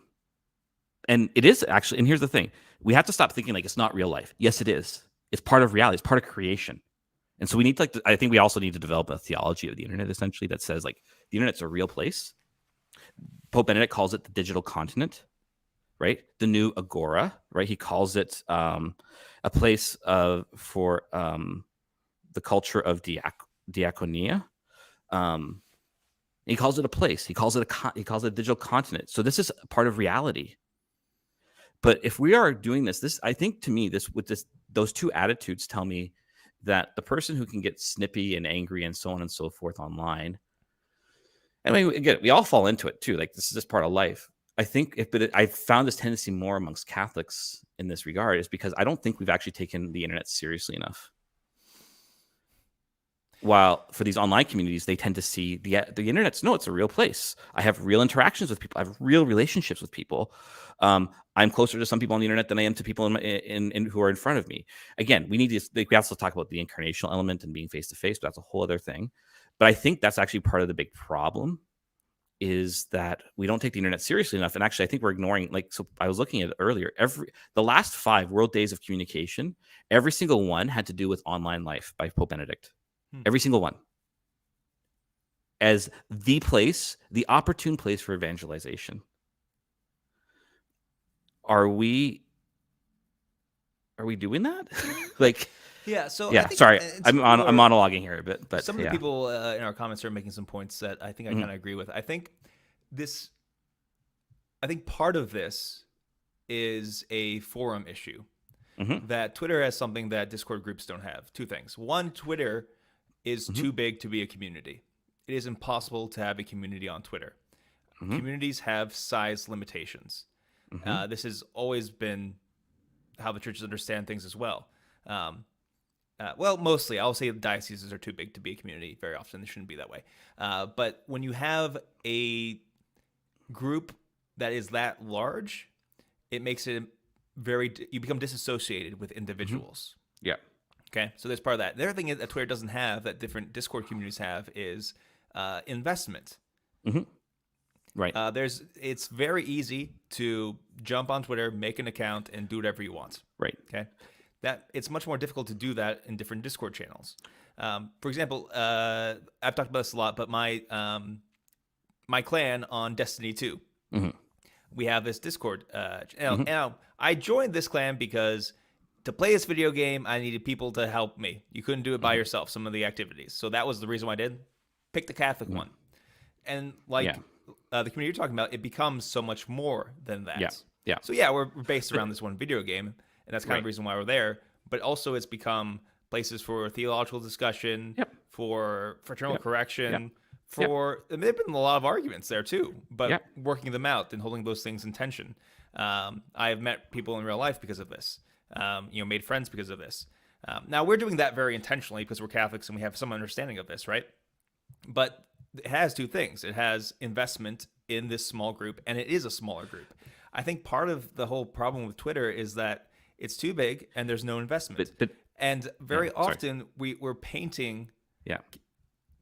I think it's wrong to say Catholic Twitter. Now, I know, if, I know, if you I know, if you but listen to but my sorry. thoughts, my turn to monologue. Yeah, no, sorry. I know. I We've Personally, had growing and changing opinions about online community since we started this podcast because we've had different experiences, and the experiences that we had when we were smaller on the internet very different than when things became larger. And to say Catholic Twitter is toxic, I think, is unfair because one, there is no Catholic Twitter, Right. and two, individuals are toxic. And then on top of the toxicity, you have a lot of people who are just dumb about the way Twitter works, and they're dumb about Right. it because they have no one to teach them. And if anything, the things that they learn from being on Twitter is how to be more dumb, and it's not their fault. So someone may post something that's very personal, which is something that I've usually 90% of the time strongly recommend against, because it's not everyone deserves to see your wounds. That is a place of as a sacred place and a place of privilege. You don't and you should not air that for everyone. Right.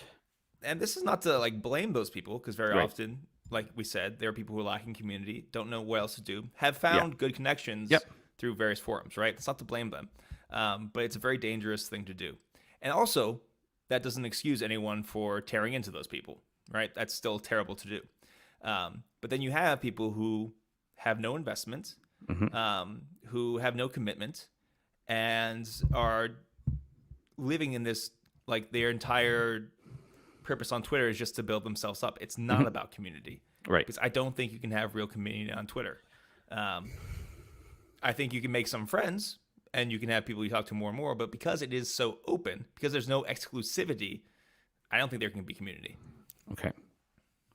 So two things with this. This one is just it's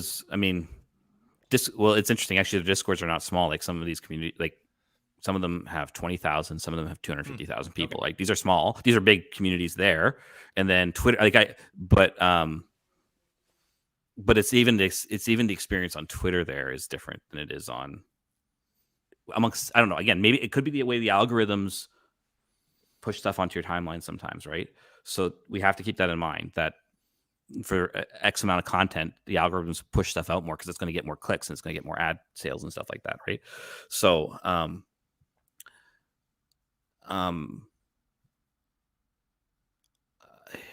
I guess the question is, okay, fine. I mean, I'm just using Catholic Twitter as a kind of name. I would agree with you that it's not a thing in a way. At the same time, though, Catholics on Twitter there's been a tendency I've been finding lately, towards not being an evangelical witness.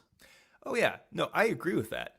But also, like the sicknesses in Catholicism are their own particular kinds of sicknesses. That's fair. Yes. So let's paint with broad strokes this weird moment that we live in. That one, there's far more communication. People know more stuff about what's going on in the church way than too they've much. had before. Too much. And I would say too much. Yes. But also, stuff that's bigger that normally wouldn't affect parishes now does. And people know why. Okay. Yes. It just so the church has gotten bigger in that sense because of the communication. Yes. And particularly in the Western English-speaking church, there is a particular kind of sickness where in a country that is so spiritually political and so spiritually Protestant, and I'm painting with broad strokes, listen to our other episodes, there's a particular kind of sickness that has infected the church. And it's one that sees the church as a means to an end, even if they wouldn't say that. That being traditional in a Catholic sense is simply a means to progress their own agenda. And so you have all these people, and there's not a lot of space to do that in real life. There just isn't. And a lot of these communities have grown up because of online stuff. Okay. Right. And so what you don't have, I suspect, in an NFT thing is a version of Catholicism that's been corrupted, where the emphasis is on getting the right people to hate you, where this whole spirituality about Catholicism is based around hatred in various ways. You want the right priests to say the right things, Right. Yeah. to hate the right people. Mm-hmm. It's a complete inversion of Catholicism. Right. And so you have this particular kind of sickness Yes. that is infectious in the Catholic community, and it spreads very quickly online. Yeah. And so you're going to have problems, whether it's on Twitter or other forums, when you have Catholic stuff, Yep. because there is so much confusion right now, because there is so much communication, confusion, and abandonment of leadership. And so it's someone posted something that I saw, someone sent it to me, that they thought when they joined the Catholic Church it would be much more uniform, and instead it's the Wild West. And I think probably some of that has always been true, I think, about the Catholic Church. We like to imagine it being more uniform than it is. Certain things certainly are. But in a particular way now, it is the Wild West. Yes. When you have such a breakdown of authority, you're going to have stuff like this. So I think it's something particular to us right now. I would say the Wild West element actually exists in the NFT space as well. And I think, as we're talking here, there is one difference that I think makes it a little different. When the Catholic thing, if you will, is that it's all or nothing in the end, right? It's about everything. Touches everything. The stakes are very high. The stakes are very high. While with NFTs, it's actually you don't really actually have, the only thing you're often staking is maybe a bit of your money, right? And you don't have to stake a ton of that, but your stakes are very low, and so it does. I mean, again, it's not to say there aren't disagreements and there aren't jerks and stuff in that space, but it was just, I think that's part of it. So when the stakes are very high and it's all or nothing, it can get more intense. And I do agree it's the Wild West, but I think this is the whole thing about it. Because I think, like, for me, like, it's not to say, NFT Twitter is better than Catholic Twitter or whatever like that. Because I would even say then the same thing. It's like there's no such thing as an NFT Twitter, I guess you could say. It's just there's a group of people who like those things who exist in the same sphere in Twitter or whatever, or just discourse in Twitter. But the experience was just like, it was almost visceral. I was like, ugh. Why am I here? And that was especially today. I saw some stuff online today that really disturbed me against some people, and it really upset me, actually. I mean, it would have upset me in the past, but I would have just like, that's just that people being jerks. Yeah. Because I hadn't been around it as much, it really hit me between the eyes. But I think part of this is we're not being reflective enough about how we use social media. We're not being reflective enough. Like, we have to remember, like, so there's 2 points I want to make with this. One is that we have to remember that if you're claiming to be a Catholic online, that puts a responsibility on you. To be a light, to be a witness for Christ. Yes, priests have to be the same, right? And I mean, I think that's been part of our frustration sometimes, is there's been sometimes I would call unreasonable standards placed on priests online. And that frustrates us, and that's hard for us sometimes. But it's for everyone. It's really for everyone. There is a standard placed upon us. Am I willing to try and be a light of Christ to the world? Am I willing to be Christ's presence to the world? If I'm not, then should I be airing this stuff out publicly? And that's, I think, a real question we have to ask. So right? I think most people know that. But they keep. I mean, again, maybe it's just the realm of sin. But part of me thinks that bad people are bad people. Well, yes. Well, no, but I'm not talking about bad people. I'm just talking about people who just don't check themselves. Right. And part of me thinks that they even if you were to tell them that, they wouldn't listen. I think there's some will, some won't. Maybe, but I think the bigger question is how. So a lot of people I know who have been very involved on Catholic media, social media, and that stuff, a lot of them are withdrawing from it in a major way. Yeah. I don't miss it as much anymore. You have, I have. And, we're also people who experience like a lot of really great fruits that have come from it. I mean, again, this podcast literally exists because of Twitter. Right. And I have a lot of real friendships because of Twitter and online stuff. Yeah. But also, for the sake of my soul and health and sanity, I've had to withdraw from it. Yeah. And so I think the question that I have is, if you're a good person, how much what is your responsibility to this forum? So, sorry, I'm cutting you off. Yeah. So, because part of me doesn't want to leave Catholic Twitter to the realm of a bunch of people who are just LARPing, who have a childish understanding of tradition, who have a lot of sexual hangups that they're projecting on other people, and who have a picture of Our Lady on their profile picture. I don't want them to be the only ones online. At the same time, like I think to go into that realm, I think you have to see it as work. And it's not work for everybody. It's not Right. work that I've chosen to do. I've chosen to withdraw from that work. It's not for me. But the days of in like big forums like that have been going for a few years, it's a risk. You have to see it as a mission. I don't think we can afford to see it as just a fun, happy community. Well, if you're gonna show yourself as a Catholic person talking about Catholic things. So I was brushing up on some of those because they're nice and short. Those world communication notes from Pope Benedict. Sure. And this is his whole thing. To be there is to be missionary. So if you want to be there, great. But then, and actually, he actually even says it's like essentially a privileged place of mission right now. It is an amazing tool and a new way to reach people with Christ that we haven't had before. But again, with mission, not everyone is called to the same mission. Okay. So it's not to say everyone has to be on Twitter. Everyone has to be on Instagram. Everyone has to be on Discords and everything like that. And I actually think the whole movement towards Discord is interesting too, because I think the only problem becomes, again, then you have echo chambers about people around the same thing, right? Which is also dangerous. But we also know echo chambers can exist quite publicly as well. And for me, it's always been that mission element's always been there, because if I don't stay there, then only the bad people remain. And again, I'm not even saying bad people. Like I really want to actually hold back from that, actually, because like, listen, actually, those people, I don't even care about them. Bad people on there are going to be bad always. Like the people who get really hardcore about certain things, right and left or whatever, uber traditional or uber liberal.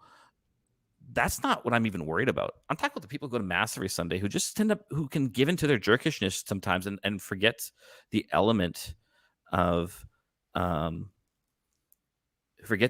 mission in this all, and to forget that you have a responsibility as a Catholic, as public witness, when you're in whichever form you're in, wherever you are. We have a responsibility, and we at the same time, with that responsibility, we fail at it, and so then we have to have the responsibility of mercy. And I think that's actually one quality that we need to build on big time. We are going to make mistakes. We are going to say the wrong thing sometimes, or we're going to say it the wrong way, or we're going to hurt someone not on purpose, by accident or something like that. I mean, and how many times have you and I done that? Right, exactly. And it's like Twitter is hard that way too, because of the character limit. You can't expect to address every person's concern in 280 characters. Mm-hmm. So then mercy needs to be really there instead of going off attacking and trolling. Okay, so that's the first thing with that. But I think the other question then becomes is, I think we need a theology of the internet. We do not have one, and by this I mean, like, a theology, I mean, is a theological reflection on the reality of the internet, and to help form Catholics on what this is, why it is this way. We just use we use it unreflectingly, and so that's a very modern thing to do, right? To just do things without reflecting on the moral consequences of a thing, right? And we have to be reflective about our action. We have to also be reflective about, like, this is actually a real place. So that I think I was saying earlier while we were waiting for you, actually, I think one of the cool things about Twitter lately has been the emergence of Twitter Spaces. I like that a lot. I think it allows for the reality of the possibility of discussion in a new way that doesn't limit it to characters. You also hear a voice. So now it's becoming a bit more incarnational. Yeah. And so there's less material division, if you will, between you and the other. And so you're a lot more hesitant to just throw out opinions behind an anonymity. So I do think we forget this notion, but it's a real place. You're dealing with real people. You're saying words to real people, and I don't think we would do this face to face. And I think it's actually almost like kicking into the lizard brain element of us in a way. Like, we're just doing it reactively without thinking it through. But part of being Catholic is having this reflective attitude, and recognizing that I'm actually engaging in a real space with real people in real relationship. Here's the thing. I don't disagree with anything that you've actually said so far at all. Yeah. But my thought is, like, how do we create a theology around a thing our brains are not wired to handle? Like, the internet, I don't think we have a deep understanding of how dangerous this technology, how new it is, how it's so inhuman. in the sense that the massive information. I remember being blown away with this when I first got on Twitter, because it would be like a joke. My mom's dying of cancer. Another joke. I'm like, how do you deal with that on one timeline? Yeah. How do you deal with like It's information coming at anxiety-inducing. you all times? So how, and also like, this is the thing that when we were at the Notre Dame conference, the one thing that, we had talked to people who had written papers and studied this sort of stuff, but a lot of them weren't a part of it. It was from the outside. Yeah. Where we were to our own small extent on the inside. I pray for whoever takes on the project of actually doing theology of the internet in a way that's actually comprehensive, because more and more I'm just like, well, our brains aren't made for this. We're playing with stuff that we do not understand and we think we do. Yeah. Because we're playing with nuclear weapons, essentially. Yeah. Because there's, profile pictures and colors and clicks and likes, and it seems harmless. Like I said, I'm not saying it's necessarily a bad thing, because I've had too many good fruits to say it's all bad. I can't. Yeah. It's also different for us as public figures. Yes. And so I think you're absolutely right, and it's because it's become so common, it seems like not a big deal. But it's a huge deal. Right. It's a huge deal. And we need to be almost, for those of us who are out there, like, it is interesting for me because I keep on, every time it's good to take breaks from stuff sometimes. It's like and I need to do it because, again, if you don't see me on Twitter much, it's not because something's wrong. It usually isn't. It's actually, it means always for me, my pastoral situation is first priority at all times. And it should be, because I'm not a priest for the internet exclusively. Mm-hmm. And I know that. Right. But it's something I do actually enjoy. And actually, every time I've thought about leaving, I can't. Because I think God's put it on my heart, this notion that we need to have that presence. And I've matured a lot through this too. I personally, at least, I found I've been better about what I share. I don't tweet as much online as I used to. I don't emote online as much as I used to. I don't feel this need to do that stuff anymore, because I've learned that's part of maturing with the use of it all. But then how do you be a light in the midst of really bad stuff happening? Because the problem becomes, if people are ratioing, whatever how you pronounce it. Ratio. I think you're doing that's the Latin pronunciation. Ratio. That's what I always think of whenever I see it. It's like, you got ratioed. No, ratioed. Fides et ratioed. Yeah. Oh no. Oh my gosh, that'd be a great meme. You have fides et ratioed, man. But when you get ratioed, demolishing noobs with faith and reason. Yes, exactly. When you get ratioed, is that a healthy thing? When we pile on because like, oh, this person said something dumb. Is that really the Catholic response? Really? Is it really? And so for that person who's being ratioed, for example, to be someone who can say, listen, actually, this isn't okay. I just want you to know that. And I want you to know you're not alone. We need those lights there. Otherwise, it will become a den of sin. And we need to have the light. And I think God's put on my heart to just continue to stay there regardless. And I think, but it's also been, I think it's about, at the same time, then let's get out. I think the best way to get out of our echo chamber is to quote, and again, I agree with you. It's not like a whole reality. Yeah. Get out of Catholic Twitter. Mm-hmm. Okay. And by this, I mean, start maybe it's about I'm probably going to embarrass her about this, but I think someone like Katie Rubicalba actually does this very, very well with her streaming and stuff like that in her Good Egg community. I'm always pumping her up because I actually think she does a really beautiful job with this. She's just being herself in the world and showing the hope of Christ to others in a way that's not preachy or pushy, but also it doesn't hide either. It's just normal. Too bad. I'm talking about you. Yeah. Too bad. Also, we'll talk about someone else who isn't here. Yeah. John Blevins with his Bearded Blevins, his Twitch stream is doing the same sort of thing.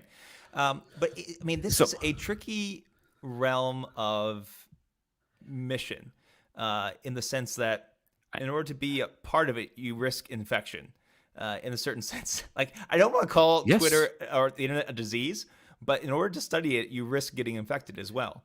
Absolutely. Because I think the Daughters of St. Paul are very aware of this dynamic. Yes. That they make sure they pray before they open up their phones and do things. Like, they have to be, very intentional. because it's a dangerous mission territory. There's It a lot is. of good, there's a lot of fruits, but it's dangerous. It is. And And there's a lot of crap. Like Yeah. the stuff they've told me, I'm like, oh my gosh, like Yeah. the stuff they have to put up They- with and I everything mean, is really horrible. I mean, you wouldn't know because they don't talk about it very much. Yeah. But yeah, they get horrible stuff sent to Yeah. them. And the only way you can survive that is by very much preparing yourself in the Lord before you log on. Yeah, exactly. And I think there's room, like, just to be Catholic, and maybe you're on Twitter or Instagram and you like shoes and you're kind of in shoe Twitter. I don't know if that exists. I'm sure it does. Yeah. And I think those are easier realms to just be yourself in. It's and it's tough because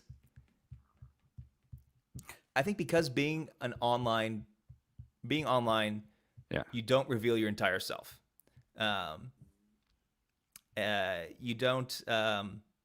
Oh, this is from Sister Benedicta. She's saying that accountability in real life with community helps. So the sisters all follow each other, I assume, and they can watch out for each other and probably talk about stuff. And they also literally live in community, which is helpful. I actually Right. think I still think there should be an order of priests for. I guess there technically could be already, but I mean, there should be something for this online full time. But you need to live in community with other guys. You need to limit how much you're doing this. Or else you'll die.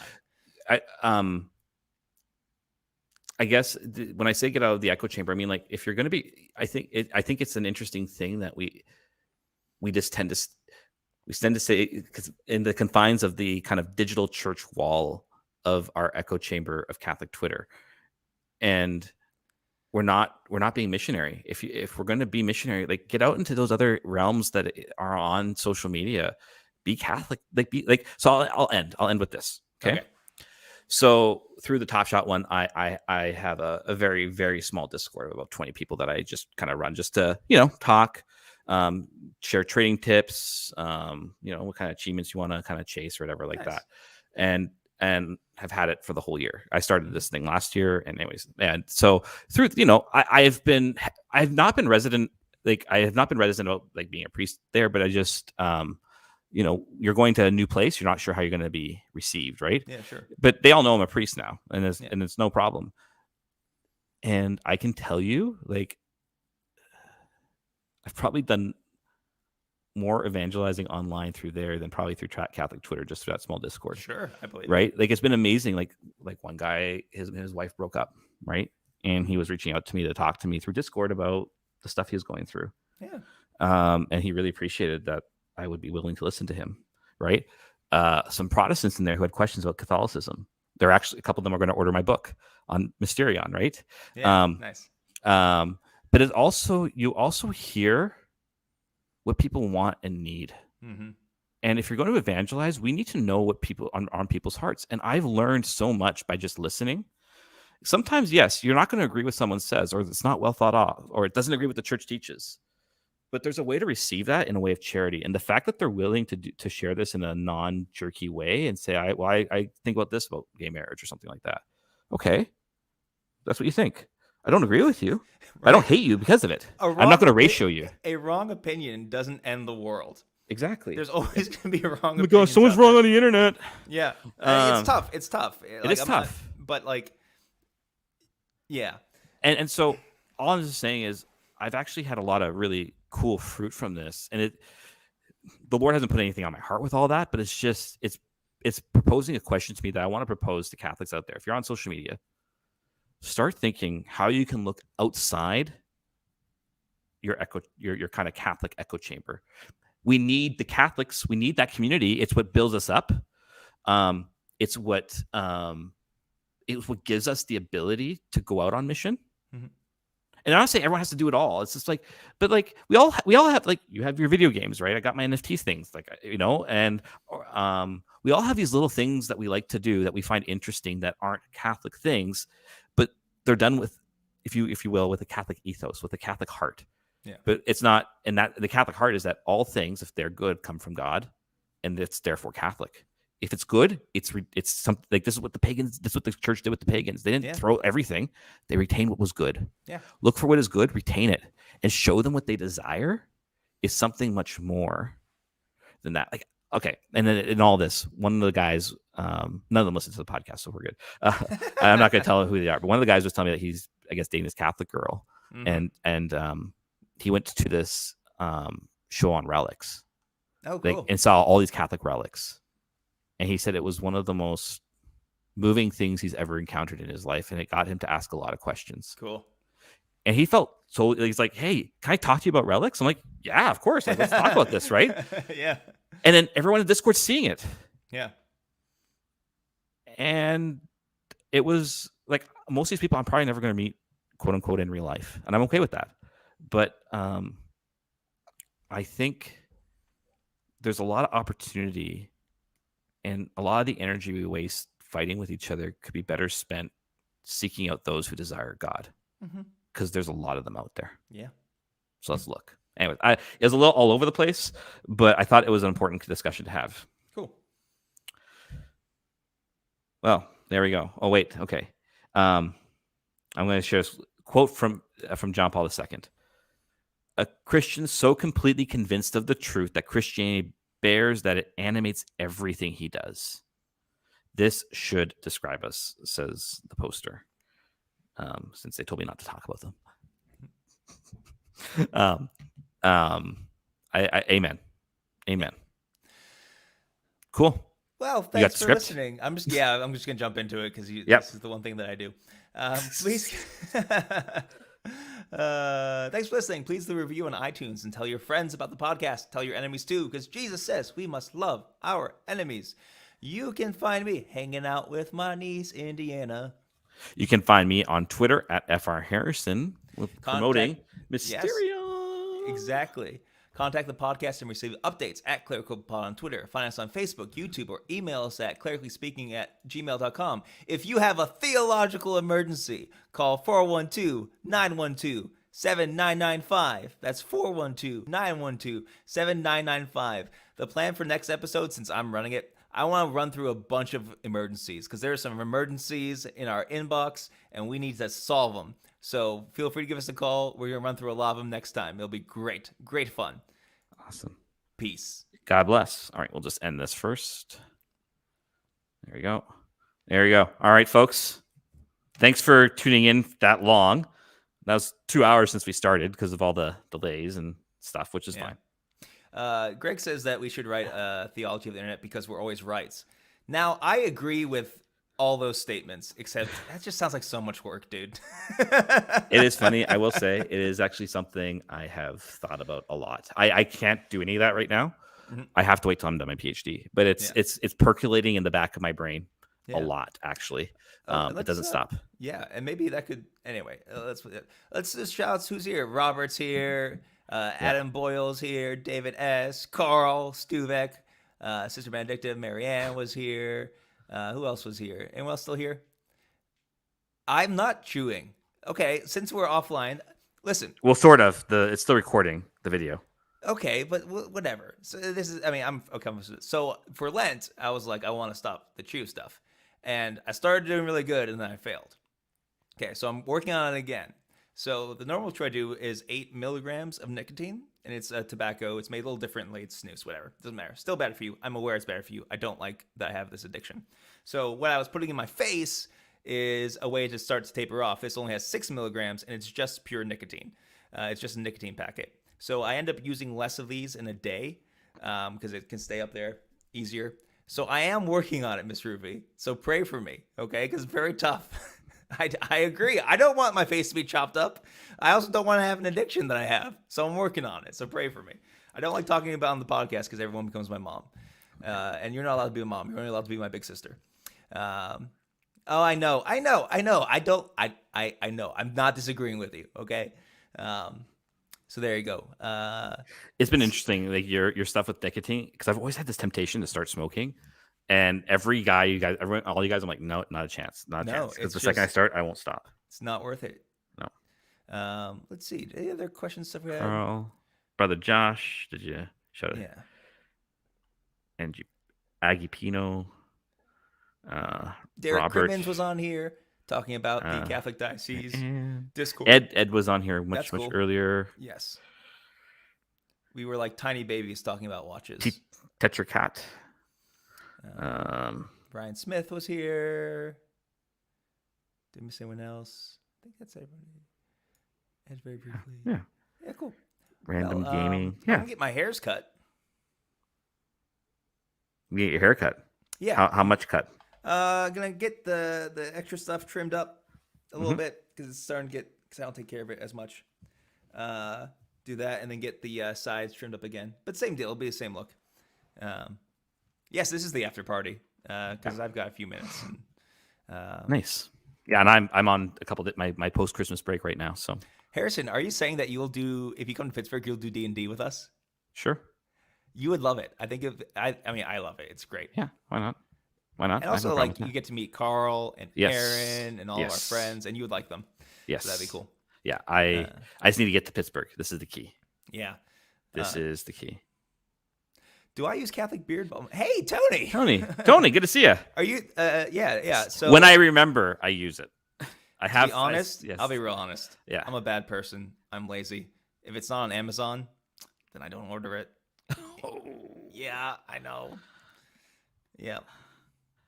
Yeah. I probably won't be able to try. I can't probably travel until after Easter at the earliest. Probably. But I'm coming up to your place. In March. Yeah, Everyone come to Nanaimo in March. Yeah.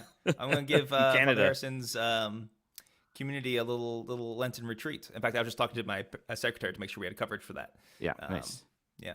Yeah. Tony's beard is really good. And I'm terrible with my beard because I always play with it. So it never, I just abuse it too much. So that's why I keep it at this length. Also, it's like super, super curly. So it just gets fluffier. And even when I try to like brush and stuff, and I do know some priests who will use their chrism beard balm for special occasions. They have a liturgical solemnity on what beard balm they use. I usually just use Honest Amish. Yeah. Carl uses the Catholic beard balm. Nice. But it's good stuff. It's legitimately good. I've used it and sampled it before. Tony? What you're shilling? Do you still have that lip balm? Doing all kinds of stuff. Last time I talked to you, you were trying to do a deodorant. I think is that still a thing?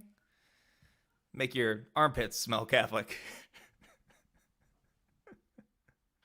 One thing I was actually thinking about, it would be fun to do a Twitter Spaces one day. Maybe. Also, I've been thinking. We give the Crunch Boys a lot of crap because they deserve it, but also they're wonderful children. Yes, they are. Now they're also both married. Yes. One has a So they're baby on the way. But I mean, because I'm on Discord a good bit now. Yeah. And you know Discord. Yep. I'm on there. Maybe it's a clerically speaking Discord. Huh. I'm open. I've actually thought about this. I've actually thought about this.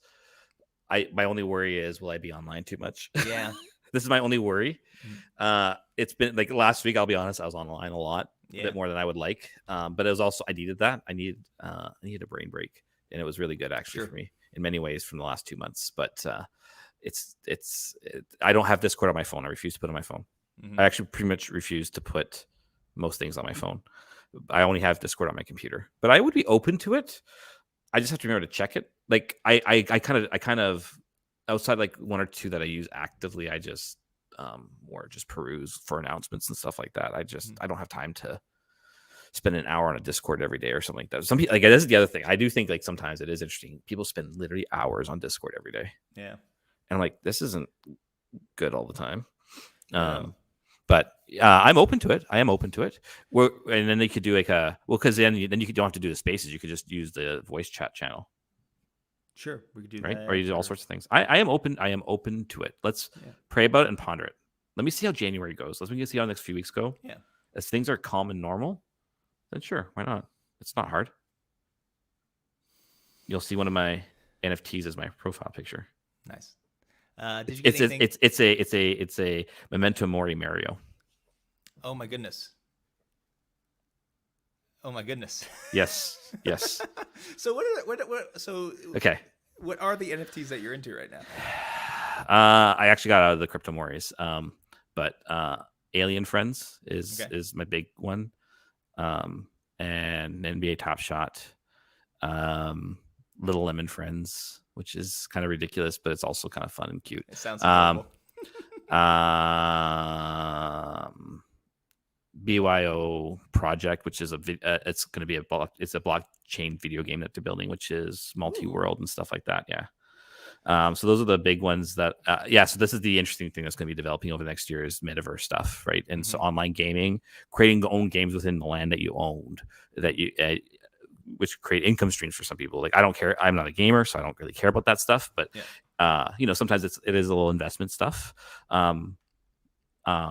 which is nice. And actually, it's almost at the point where I'll be honest, like I got into this for one reason, to get out of debt, forever, and that's part of it. But I'm at that point where any of your economic financial advice from Clerically Speaking. No. That being said, no. I've always been very careful. I do not put very much in, but I'm also very good at trading. I'm very good at. It's really weird. I guess for me, what's part of the fun of it, it uses my brain in a different way. I'm able to know economic trends and stuff like this. Yeah. And so I'm actually at the point now where it's going to create passive income for my parish. That's cool. Which is kind of neat. That's being a Catholic priest in 2022. Right? Hey, and that was kind of the goal in the end. It's like, if I could pay off debt, great. Yeah. And then after that, why not use it as passive income for the parish? It could support a salary or upgrades to the parish or something. Sure. So I'm in the process of getting it set up so that I can do that. Tony, I have no idea what One Life is in January 22nd. I will not be there. I have no idea. One Life. It must be in LA. One Life LA. So it must be in LA. No, I will not be there. Yeah, it's way too far away. Well, it's not far away from me. Right. And my sister lives in LA, but I didn't even know about it till now. And probably no traveling for me until after Easter. So I don't know if you saw this. This was a year ago, 2 years ago, that it was something with Taylor Schroll. Tony was there. Someone else was there. They were doing like a hot chip contest, and my role was to create a prayer. I remember this. It was the best prayer I've ever made. I have to find it somewhere. I remember this. I have Yes, I remember this clearly. It was good times. Word. Okay, well, I'm gonna go get my hairs cut and then get ready for my day off. God bless you all.